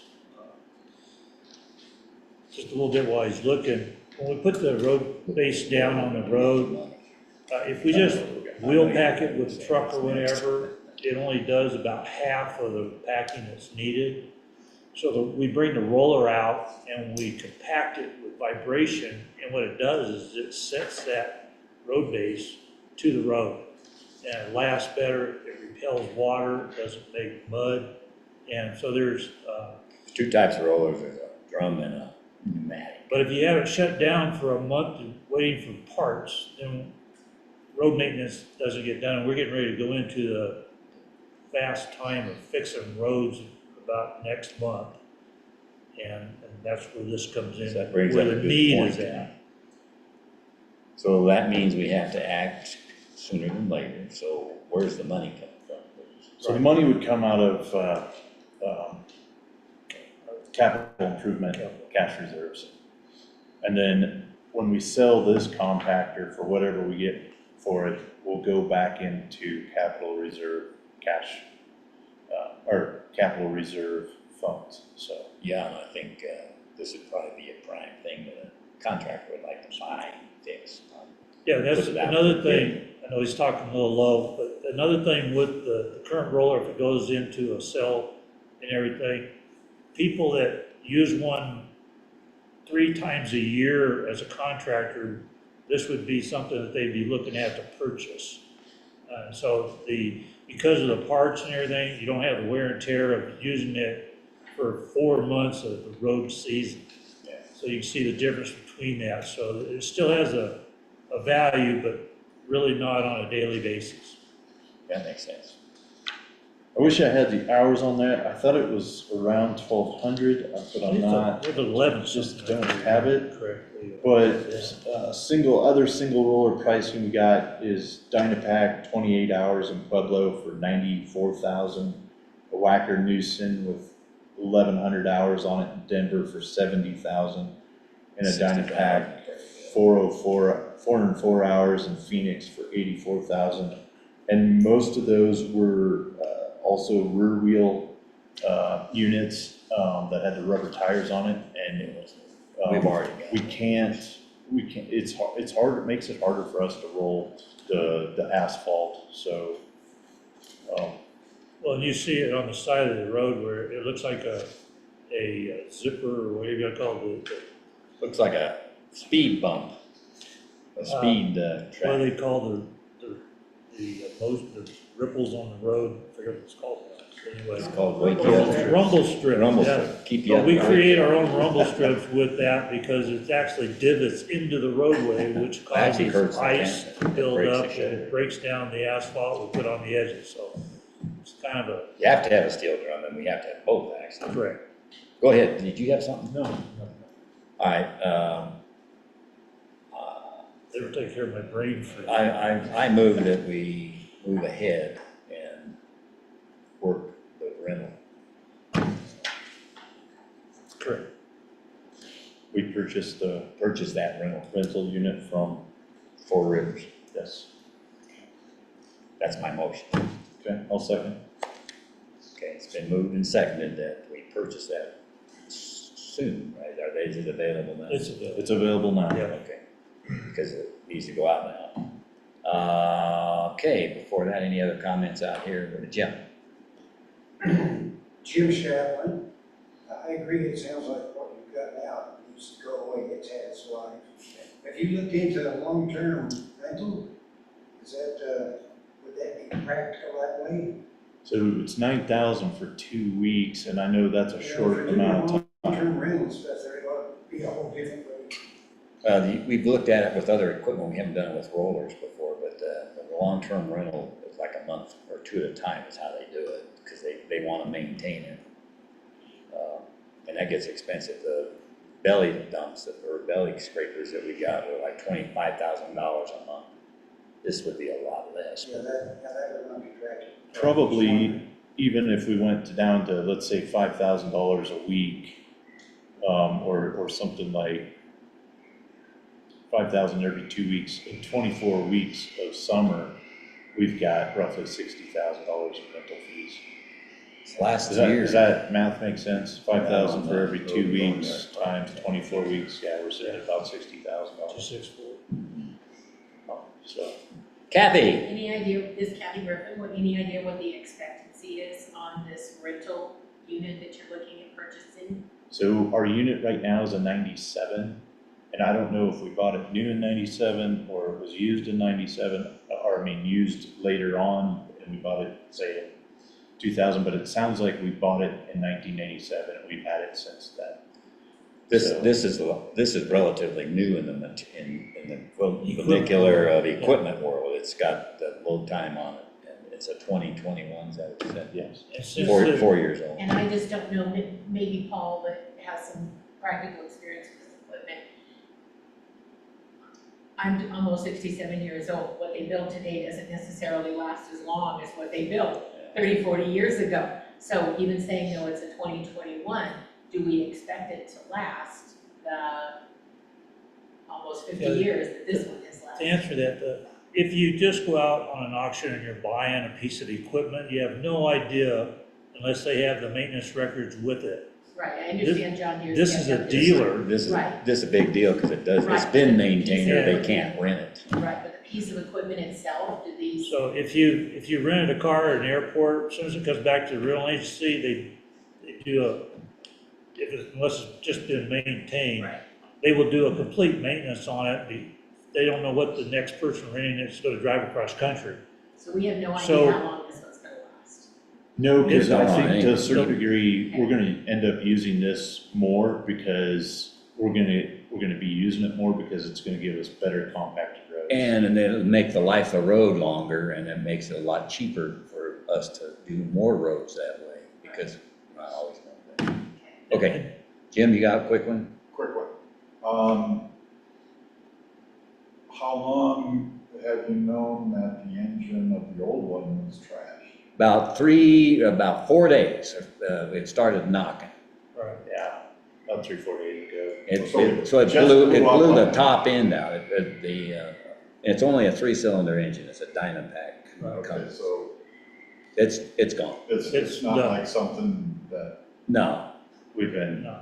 yeah, a baby in a long. we're good at making things last, Jim, until Yeah, you and- can't. contrary to Kathy's opinion, a lot of things that are made now last longer than they used to. Yeah. Well, lubricants have changed a lot in the last 15 years, so. Okay, we gotta move on. I think we're all in love with this roller.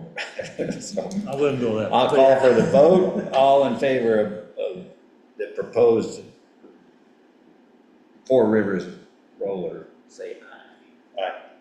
Bogus on that. Kanda, aye. Okay. By the way, good job. We looked at a lot of things. You saw all Yeah, this wasn't the first one that came along. yeah. And available parts was really big. Next one up is the whistleblower protection policy. Yes. 25-10, resolution 25-10, the whistleblower protections policy. Bob, are you doing this? Who's doing this? Well, Or, Bob and you to some degree, me, I think of primarily, well, I will say that, I'll start maybe Bob with blanks. Yeah, all right. Apparently OEM has has been audited, I guess, for federal contracts that we have, and there are a number of deficiencies in our policies that could put our federal contracts, to the extent that we're going to get any federal grants in the near future, at risk. And so we have the next few resolutions essentially try to solve most of those problems in the least intrusive way that we can. Bob did an initial draft of most of these, and I did some edits to make them a lot. I think, I don't know this one, there was a lot of edits too, but essentially this provides protections for employees if they find that we are illegally using federal funds, that we're not going to fire them for telling us that. you got a comment on that? Basically correct, you know, that employees can make a complaint, and that complaint becomes confidential and investigated. Okay. It lays out a process for all of that and resolution of that. Okay. All right, I move that we approve Custer County Resolution number 25-10. It's a resolution of Custer County, Colorado, amending the employee handbook to add policies related to whistleblower protections. With the whereases, we get down to now, therefore let it be resolved, the Board of County Commissioners of Custer County, Colorado, that the Custer County Employee Handbook is hereby amended to include Custer County whistleblower policy attached hereto and incorporated herein as if fully, as is, that's a typo. As if fully stated herein. Is that correct? Yes. Okay. Appropriate county staff are directed to make the described change in the employee handbook and publish the revised policies in all locations where they are currently published. What this also does is promotes what we have needed from an audit standpoint. Fraud and embezzlement of funds most likely is caught through a whistleblower, and that is our first line of defense against embezzlement of funds or fraudulently using funds. So I hope this promotes all of our employees to report things that, whether it's financial or otherwise, bad behavior in any circumstance is reported to the appropriate people, so. Will say that it's on my master plan. Is this what she wants For the us to human say? resources department. Okay, that's good. It's actually. Okay, One question. we gotta get it, we haven't seconded it yet. Go ahead. You wanna second? I'll second that motion, sorry about that. All right, Kathy. Kathy Griffin, are the complaints, they're only financial complaints? No. Anything. Oh, okay, I thought, Any employee who reports an activity that she considers to be illegal, dishonest, unethical, or otherwise improper. great, okay. And they are, you said that they are reported and investigated. Yes. And are both of those acts done by human resource? Depending Depends on on who the complaint is toward. If it's toward me, it would go to the board, and the complaint doesn't come to me, it goes to them. If it's against an employee of the county, it comes to me, then I do it. It's tailored to meet the situation. Those are processes defined by the state. And that's what I was going to ask, is there, so there's no outside investigation committee? Depends, it could go that far. Depending on the law. If it's against a board member, then we go to the state ethics commission or other things. Oh, there's other Or things. other elected official would go to the HR, then reports it to me. Yes. And the HR also reports it to any other appropriate. Could go into an ethics commission. Right. It's all situationally based. Okay. Okay. And the other thing I'd add to that is that I have oversight for HR. And so if Bob had somebody that had something against him, that information would come to me and then I'd bring it To the board. to the board. Thank you. Okay, but I am the oversight for HR. Okay, good point. All right. Although, sorry to correct, but the policy does indicate that a complaint about the HR director could be reported to any county commissioner. Right. So if, for whatever reason, they had a concern about it. But he should be on top of it first if he's doing He his should job. be, but I'm just saying, for the record, I want to make sure that. And yes, I am. And it may be the case that some people aren't comfortable going to a commission, so that's why it could be. Right. Well, and especially if someone's not comfortable saying with Bob because they have Right, right. Okay, friendship or whatever. Yes. it's a second, okay, or did you have a shot at this one? I haven't, not at this one. Okay. All right, This whole shoot. round and round discussion made me concerned that it almost sounds like you're putting in place a process where a whistleblower doesn't have the freedom to make a complaint to the person that they trust. Oh, they should. That's So my it could point. be anybody, That's correct. and That's then it true. moves on. Right. Well, Is that correct? any elected official. Well, no, I mean at the Yeah. very beginning. To file a complaint, the employee is to contact his or her immediate supervisor or the human resources director. Okay, so so they can't go to some other supervisor they trust more than their own. Well, again, if they don't trust their supervisor, the human resources director. That's what his job Yeah. And if you don't trust Okay. him- The idea is to keep That's all the human. information as confidential. Yes. That's right. I get that, it was just, I was concerned that it would Okay. suppress the. Any other, you got the motion, I You call want for to the sit here vote. so they can hear you. And I call for the vote for approval of resolution, or the county, Custer County Resolution number 2510. All in favor, say aye. Lucas. Aye. Paul. Bogus on aye. Kandai. Next up, Custer County Resolution number, it's the same thing. Get that handed to me like it was time. 25-11, a resolution of Custer County, Colorado establishing a personnel identifying information policy as an information technology IT policy. So let's get some discussion on what that means first. So every organization receives information about a person that personally identifies them, driver's license, social security, date of birth, bank account information for direct deposit, on and on and on and on. And there are regulations that dictate how the employer is to handle, maintain, and control that information, because as everybody knows, that gets out and then we have what's called a data breach. So this is policy directives and to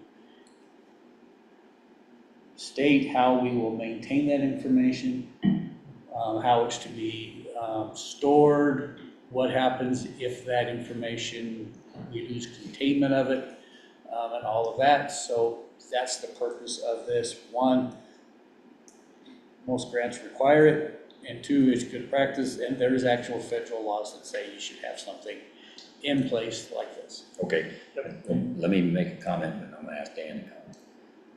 It's my understanding that as people are hired to be county employees, they are under a confidentiality, or should be. There's a confidentiality agreement that we ask them to sign for most positions. On boarding, that's my point. Yeah.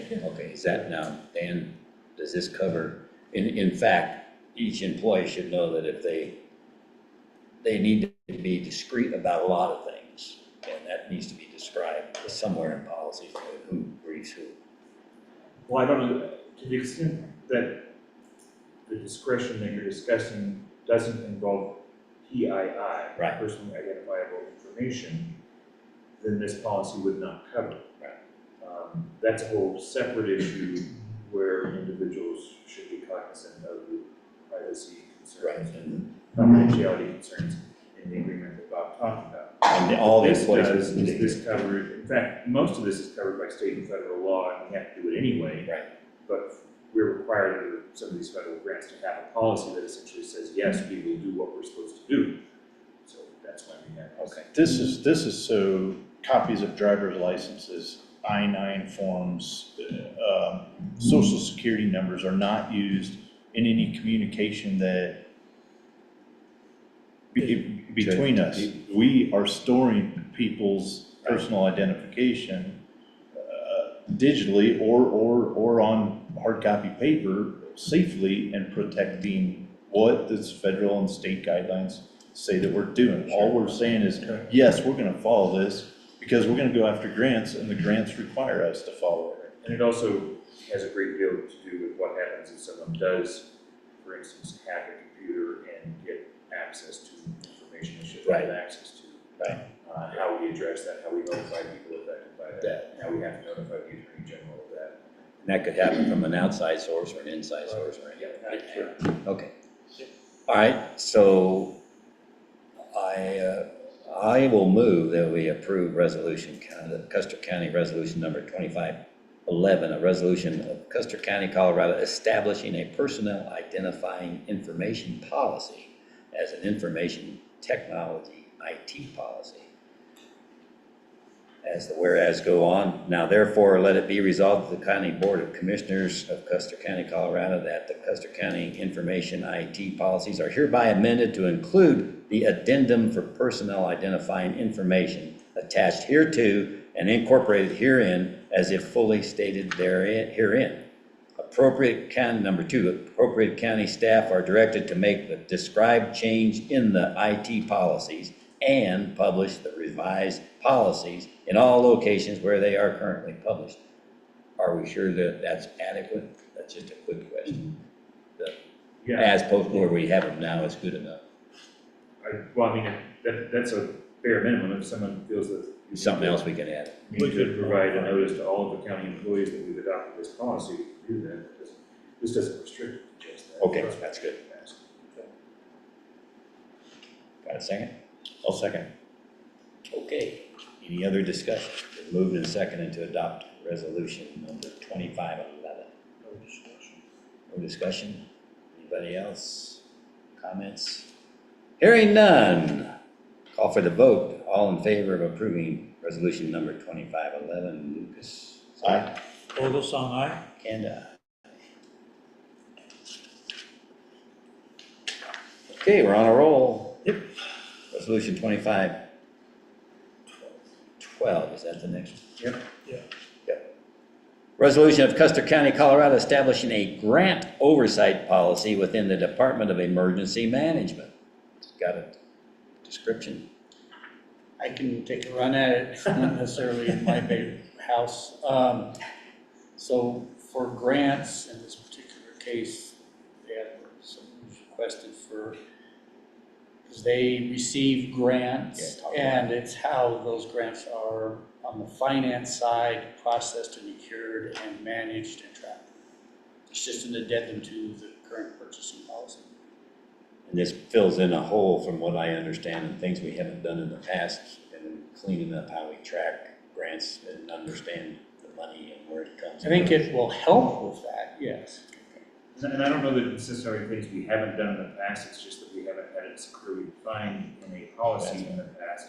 This policy defines roles for the Board of County Commissioners, the Managing Commissioner over OEM, the OEM Manager, the Finance Director, Finance Department, County Treasurer.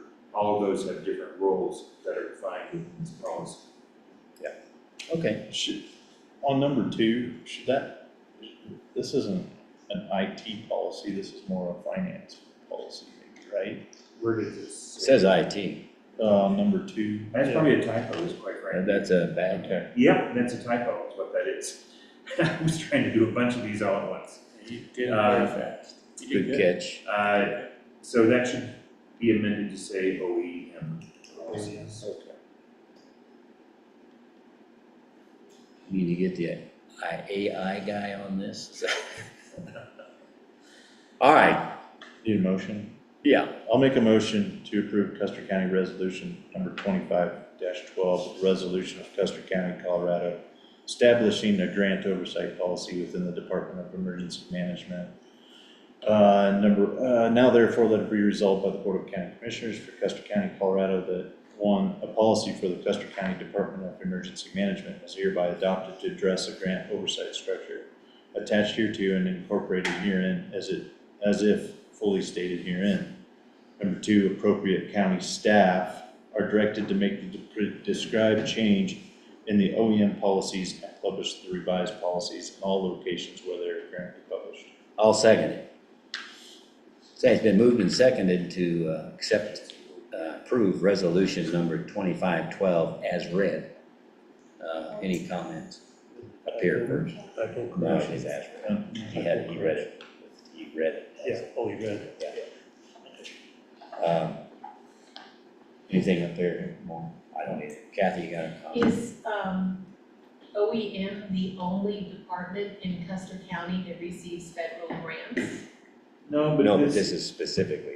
This is Right, and that's my specifically for question OEM. Some of the other policies that we're talking about today, I did change because they were specifically directed to OEM, and I changed to be countywide. This one seemed more specific to OEM, and so that's why it's only dealing with OEM. The other departments have policies just like it, is what he's saying. They do. Yes. Yes, and there are other policies that we'll be discussing today that deal with a lot of what's in here already. Okay. All right, anybody else? Comments? Okay, hearing none. Call for the vote to approve Custer County Resolution number 2512. All in favor, say aye. Lucas? Aye. Aye. Kanda, aye. Part of this is due to the audit that we received specifically to OEM. And specifically what they wanted for policies per OEM. So that's why this, because it feels like this could be for any department, right? Okay. And they have their own unique ones. Shame. Okay, 2513. Custer County Resolution number 2513, a resolution of Custer County, Colorado, amending the purchasing policy to add policies related to federal grant-funded procurement.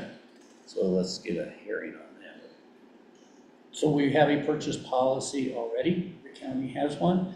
This amends that, adding specific requirements toward grants and grant funding in general, including the ones for OEM, but as a overall addendum to the policy. And it only applies to federal grants, it doesn't apply to non-federal grants or grants, projects that have in any way funded by federal grants. And this is one where I think it originally just was directed to OEM and I extended it to be countywide. Right. So we have more than federal OEM grants, it should be across all departments. Okay, need a motion. I make a motion that we accept Custer County Resolution number 25-12 13, resolution for Custer County, Colorado, amending the purchase policy to add policies related to the federal grant as funded procurement. Need the rest? Now there, read it. Okay. Whereas Custer County. Now there. Oh, now there, excuse me.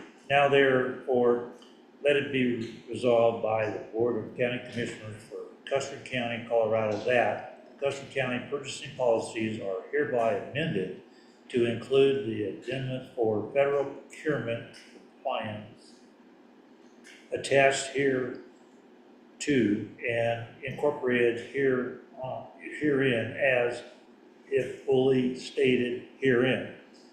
Number 2, appropriate county staff as directed to make excuse me. County staff are directed to make the described changes in purchasing policies and publish the revised policies in all locations where they are currently published. Approved and adopted this day, 13th day of March 2025 at Westcliff, Colorado. I'll second it. Okay, discussion. Lucas? got any? No, it's self-explanatory. I'm good. Any other comments? None. I will call for the vote. Custer County Resolution number 2513. All in favor of approving, say aye. Lucas? Aye. Vogelsong, aye. Kanda, aye.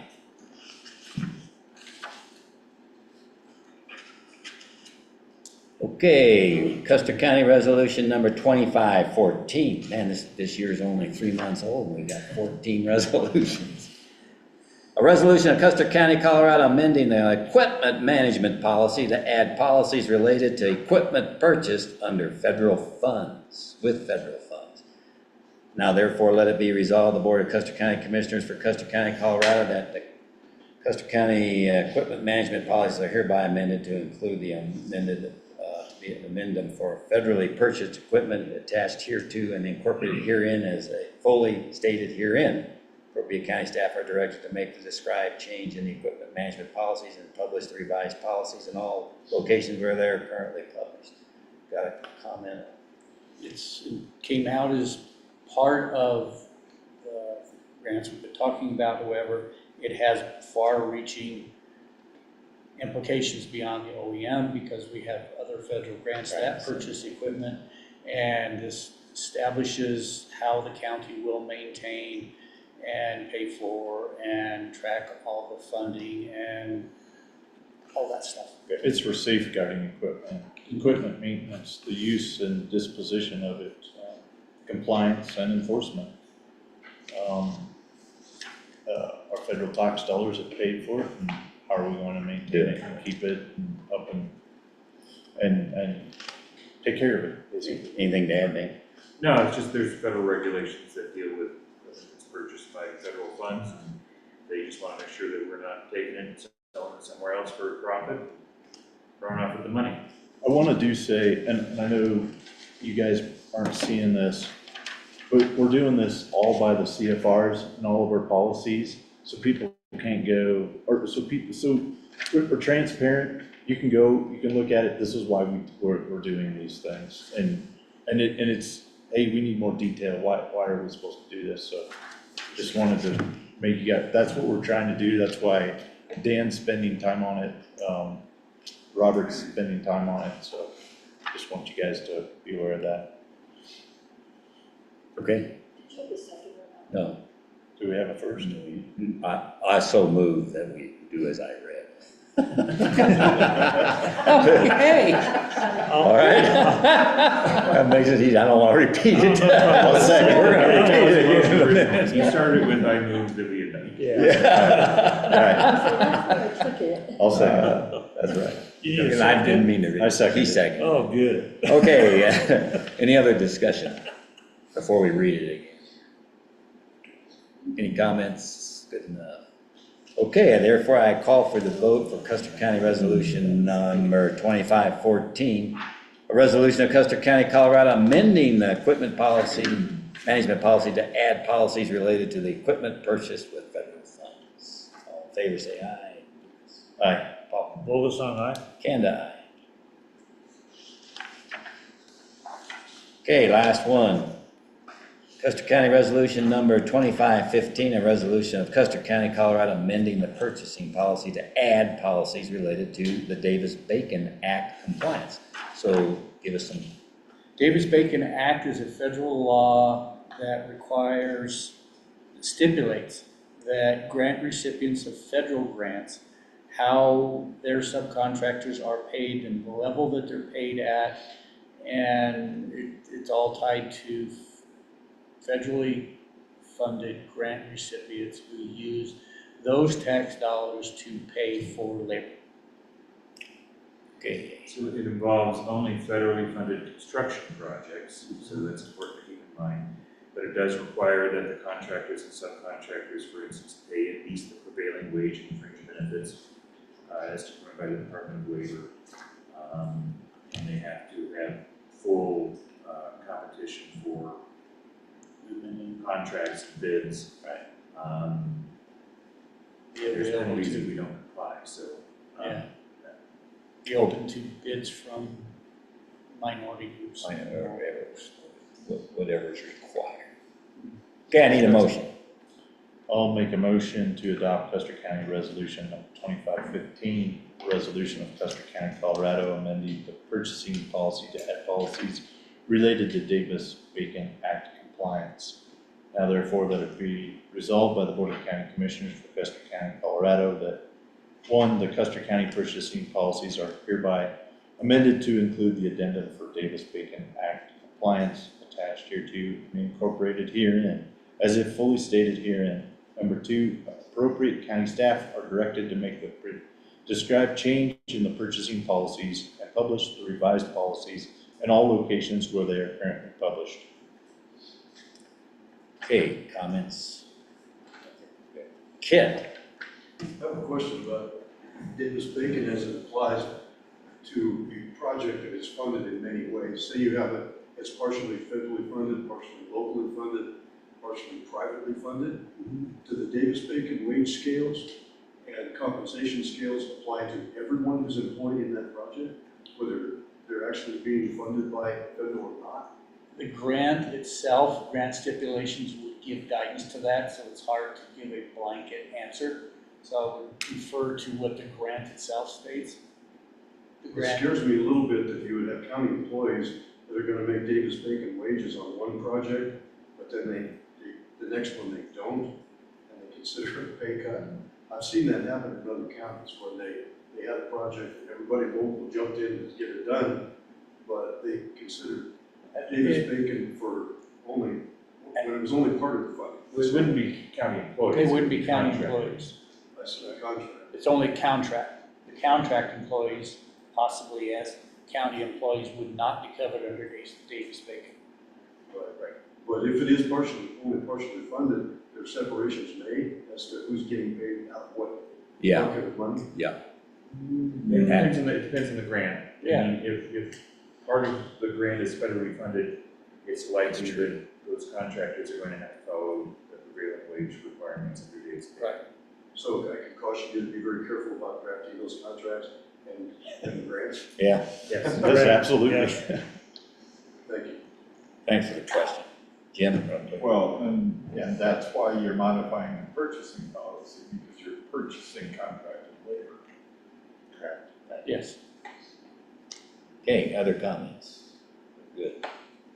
Okay, I'll call for the vote for the Custer County approved. Second. Whoops, need a second. Yes, sir. I'll second that motion. I guess any other discussion? If not, I'll call for the vote. Custer County Resolution Number 2515. All in favor of approving, say aye. Lucas? Aye. Paul? Aye. Kanda, aye. Okay, did you get number 12 from? No. Well, she's got. Oh, she has to, Yeah. you didn't bring the printer over today. I sent it up to an annex though. with the Okay, revisions. They should we have can it up sign it there over there. Yeah. When you're ready. Okay, So, that's it. Thank you. This is backup stuff. Okay, thank you.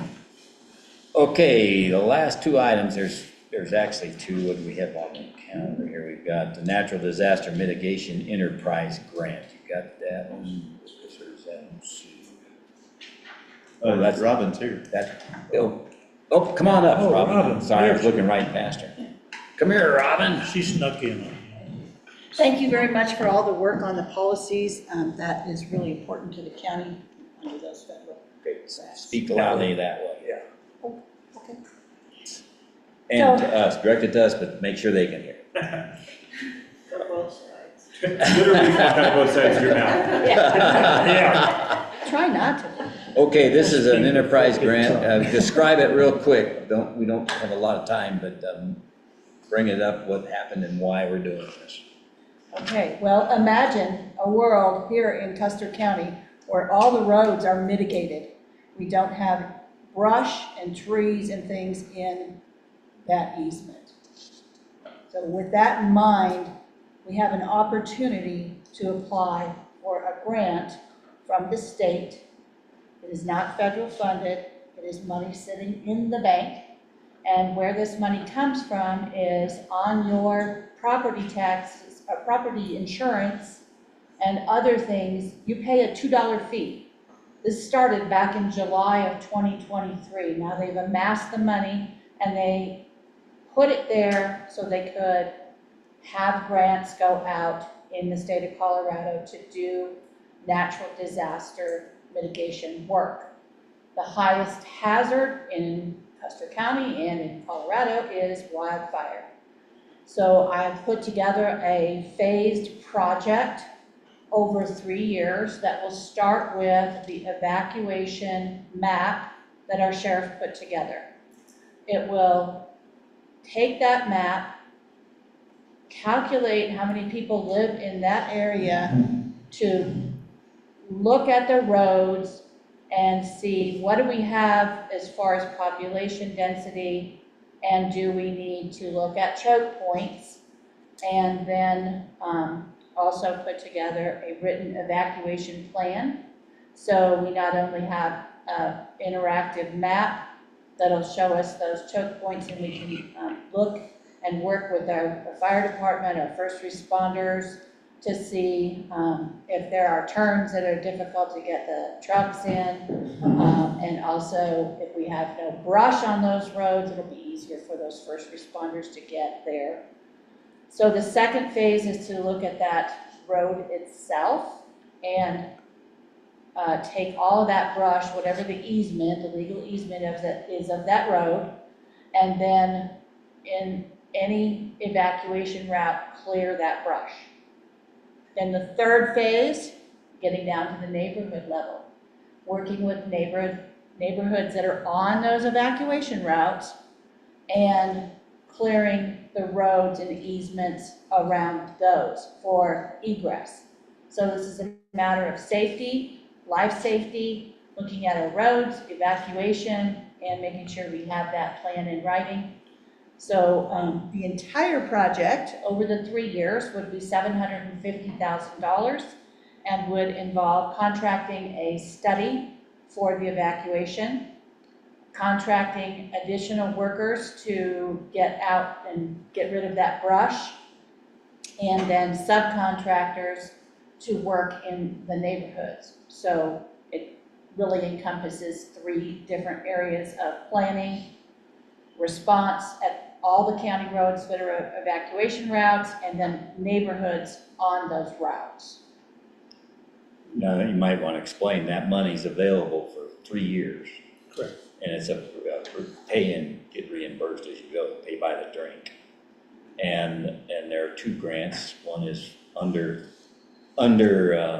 800,000, the other one's $2 million. What is it? Yeah, the small grants are 850,000 and below, and the larger grants go up to 1.4 million. They hope to award 8 grants of the smaller and 2 grants of the larger. They also have 2 more grants where they could apply this money to federal money as match. So the beauty of this grant is there is no match. So an opportunity that I think doesn't come along very often with no match. And that's why we asked her to put on here, because it's due when, Robin? Tomorrow. Tomorrow. And we had this rule we have that says we can't be coming in here at the last minute. But we decided it would be worth considering, given that it's a no-match grant, and given that it's money guaranteed. I went through this in detail. It is guaranteed. They're not gonna spend it on Social Security or some other thing that they're gonna pull out. So that was the reason that it's being presented today, but we haven't had a motion yet to discuss it. And also go with that, grants in general are under attack right now. That's why you heard earlier that we lost our 15,000 for weeds. So they haven't reallocated or put a plan into the grants that we would normally have available. This one is available, the money's there. State, it's money that's been banked by your policy. Correct. All right, so I need a motion that we'll discuss. So make one. How Share the currently limelight. make a motion on this, but I make a motion that we go ahead and apply for the grants that were stated by Robin, that we could get this mitigation monies that are being offered to see if we would qualify or even be accepted for it. And I make that motion that we pursue it. I'll second it. Okay, it's been moved and seconded, and let's have a discussion. I will note that this has no strings attached. If we do get it, we don't have to accept it, from what I understand, for some reason. Also, I know there's issues, and Lucas probably can bring this up. We have to hire people to do this, but do we have to sustain them afterwards? What do we do if we get through this? If we don't get done in 3 years, what happens? Those kinds of things. But now open it up to discussion. So what's our breakouts again? Year 1, year 2, year 3? Year 1. Because I'll have to front load these in we'll have to. We have to have the money to spend before we get reimbursed. Right, so the money would be awarded in May. So they'll make a decision, How much very was it? quick decision on who gets the grant. So Just to answer his question. I'm sorry. For year 1, I have 145,000, year 2, 182,500, and the bulk will be in subcontracting at 422,500 for year 3.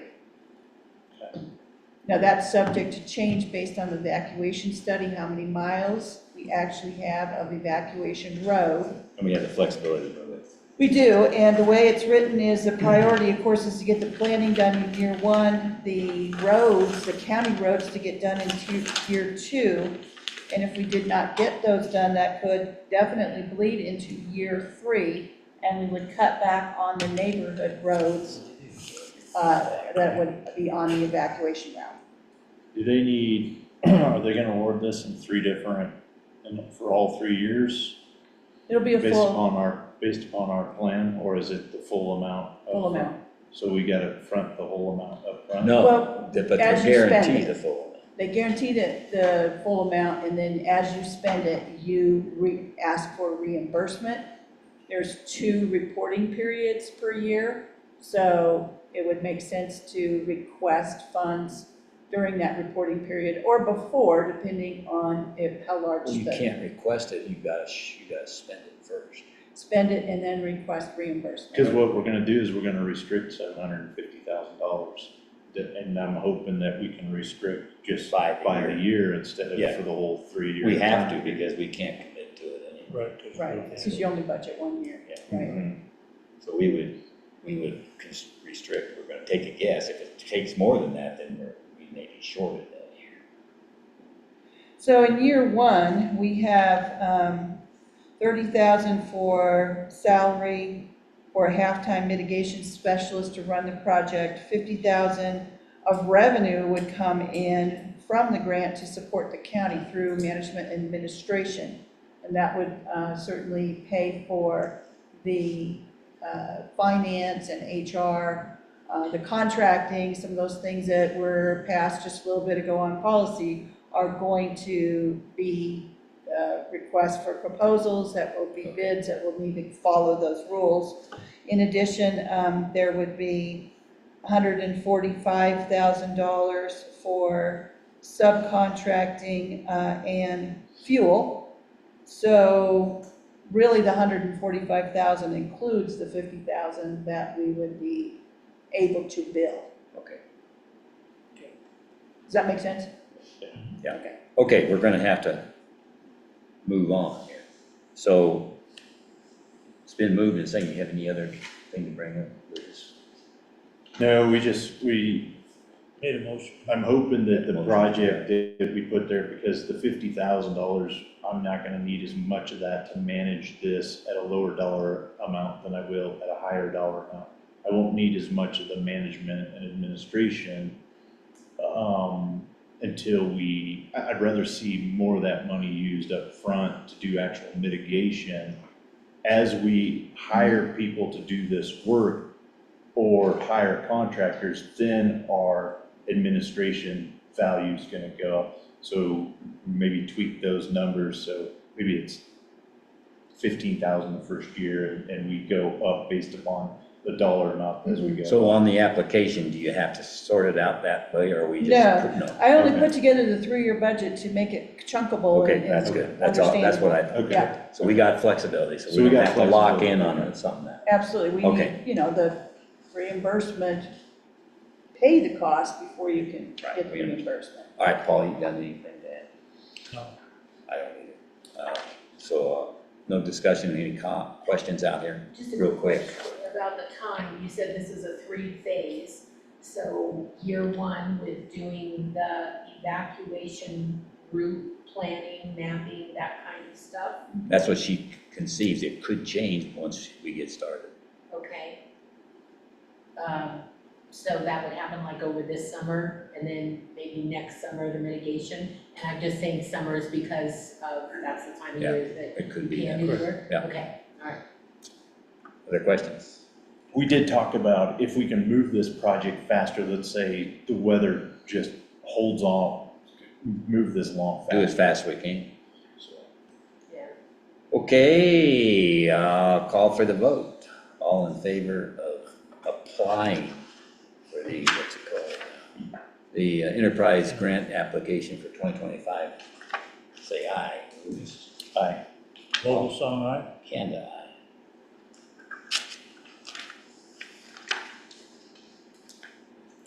Okay, and while we're here, this is, on the agenda is the Homeland Security Grant 2026 application. This is another one Robin will explain here in just a second. This one was done and was asked for, and then we got into the, this, whether it's gonna be funded thing or not with the federal grants. And so that caused Robin to have a hiatus in getting it to us. So in order to get this done, it had to be done by when, Robin? Yesterday. Right. And so yesterday, we had an emergency quick look at this with the sheriff. So explain what this is and why we're gonna this would be a motion to ratify this grant. Right, we met with the sheriff on Tuesday. It is a sheriff's office request for gas masks.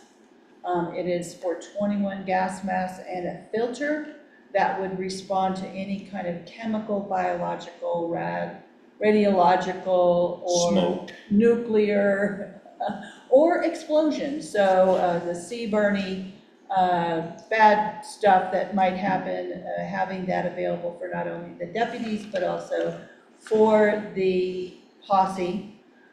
In the event there's a hazmat, it does take a little bit for the hazmat team, because we don't have that capability here, to get out. So this would be a safety precaution for these gas masks and For first responders, for not first just the sheriff. responders, just the deputies and Also, to note, the sheriff was able to get, from the state, 21 bunny suits, what are hazmat suits.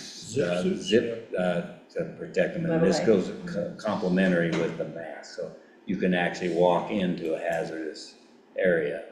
And by the way, he made it clear, he would never ask anybody to purposefully go into that you want to stay clear of everything unless it's necessary to do things like in this last fire that we had, when was it, a week ago? Yeah, Tuesday. That they had to go in and, this is after the fact, and go through the ashes and find the body that was there. And so that hazardous situation was, they ended up doing it without the protection of all that and go in and extract that body. So this is a good thing from my view, and that's why we decided to, because of the timing, to go ahead and get that complementary required equipment. But what good is a hazardous suit without the mask? And to add to that, it also will help protect our deputies and whoever enters with meth labs or anything that is a hazard. And we've had some meth labs that we've busted in here already. You don't want to breathe that stuff. Okay, that's the description. I need a motion. Well, to ratify it. It's on motion. I'll motion that one. I'll make a motion to ratify the decision that we made, I believe it was yesterday. Tuesday. Correct. To go after this Homeland Security Grant program that, opened up just briefly to purchase 21 gas masks to go along with the 21 suits that was donated to him. And this is a grant that he's had in the past for other things. Okay, I'll second it. Any discussion here? We'll wait. Just be patient. We'll have to draft a resolution to pull this out of capital improvement, as well, so, I'll put that on the, agenda. To clarify, this is just an application. Correct. Correct. Okay. Any, now Kathy? Is there any training required for the use of these buddy suits and gas masks? Yes. That we're gonna have to pay for? There is training, and I'm pretty sure the Sheriff's been sheriffs trained up have on them been, already. And they'll, the awareness part of it and everything. and all first responders would be part of it. And the fire department has hazmat certified people also. And and then anybody else that would be called in on any of the investigated part and everything would also hopefully be out of the hazmat area, but there still is a hazmat opportunity to be a rose there, so they would be included. But they're usually trained to that degree anyhow, so. Great. Any other questions? I have another comment. There are a couple of things. You do have to monitor the health of the people using masks, and you also need fit testing to make sure that the masks are the correct size Right, for. because it has to fit completely around the. Gotta get face, it airtight seal. And then you also restrict facial hair, in that case and everything. A lot of times they'll make you shave up to the jawbone for it will make a seal on the jaw. I happen to be certified, so. Used to be. In addition, I have offered the sheriff a HAZWOPER or advanced level hazmat training with a local instructor. Okie dokie. Anything else? Kit, Is there a dollar amount connected with this? 18,000. Yeah. Yeah, I mentioned it, but it wasn't loud enough. And just to let you know, that price hasn't gone up a whole lot over the years. When I was in the oil field, it was about that same price to outfit my folks. $18,686.94. So this doesn't have any self-contained breathing apparatus? It's just a filter mask? Filter Yes. pack and a mask. They're canister. Charcoal. Okay, any other comments online, anything? No. All in favor of the motion to apply for the hazardous, what do we call The hazardous. Homeland Security. it? Homeland Security That's right, it's Grant. Homeland Security. 2025 Homeland Security. Say aye, Lucas. Aye. Vogel song aye. Kanda, aye. Okay, thank you. That, Okay, Good thank job. you very much. Go make it so, or Yeah. it already did on that one. Okay, thank you. Okay, comments. We're at the end of the meeting. Where are we? 2 minutes. So I just want to add for additional items of business, let's not tear down right after. I've got the guys coming in, they're gonna test the sound system and see if we can get something great factored out here pretty good. We're gonna get a microphone, Kit. Or, you don't need one. Yeah, I don't need one. No, a lot of the speakers. I'm working on that. Yeah, you need one. No, yeah. Okay, public comment, quick question, go ahead. Remember, this is not a debate. You can Nope, make nope, a it's comment. not. We're gonna I sit have and a listen question. politely. Kathy Griffin, how do commissioners determine which public citizens speak regarding which state bills are discussed at BOCC meetings?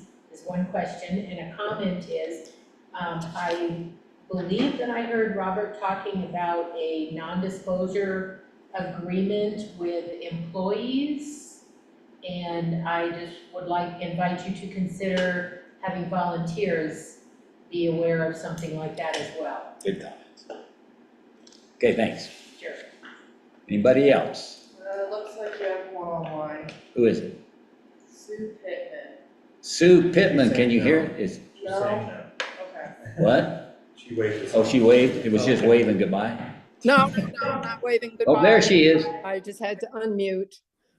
I wanted to comment about the noxious weed management plan and make a suggestion that to save money and to have a healthier environment, that you please encourage the non-toxic weed management techniques like hand pulling, goat grazing, mowing before seeding, avoiding overgrazing. And if you have to do any weed killing products, to use a vinegar-based product, not from in my personal situation, and for my health, and for the health of my bees, I need to make sure that we don't get exposed to any herbicide residual degradation products. And I try every year, but I don't always know who to talk to see when you do the roadside, the right-of-way weed management, that it not be used along our property line, and preferably between, I live on Hermit Road, County Road 160, and if you could not spray on Hermit Road between Gateside and Sampson Ridge, it would be really helpful to me. Thank you, Sue. Can we do that? Take it under consideration. Yeah, thank you very much. Okay. Well, any other comments online? We're done. Okay, therefore, we will conclude this meeting and adjourn at whatever time it is. 12:01. Thank you, everybody.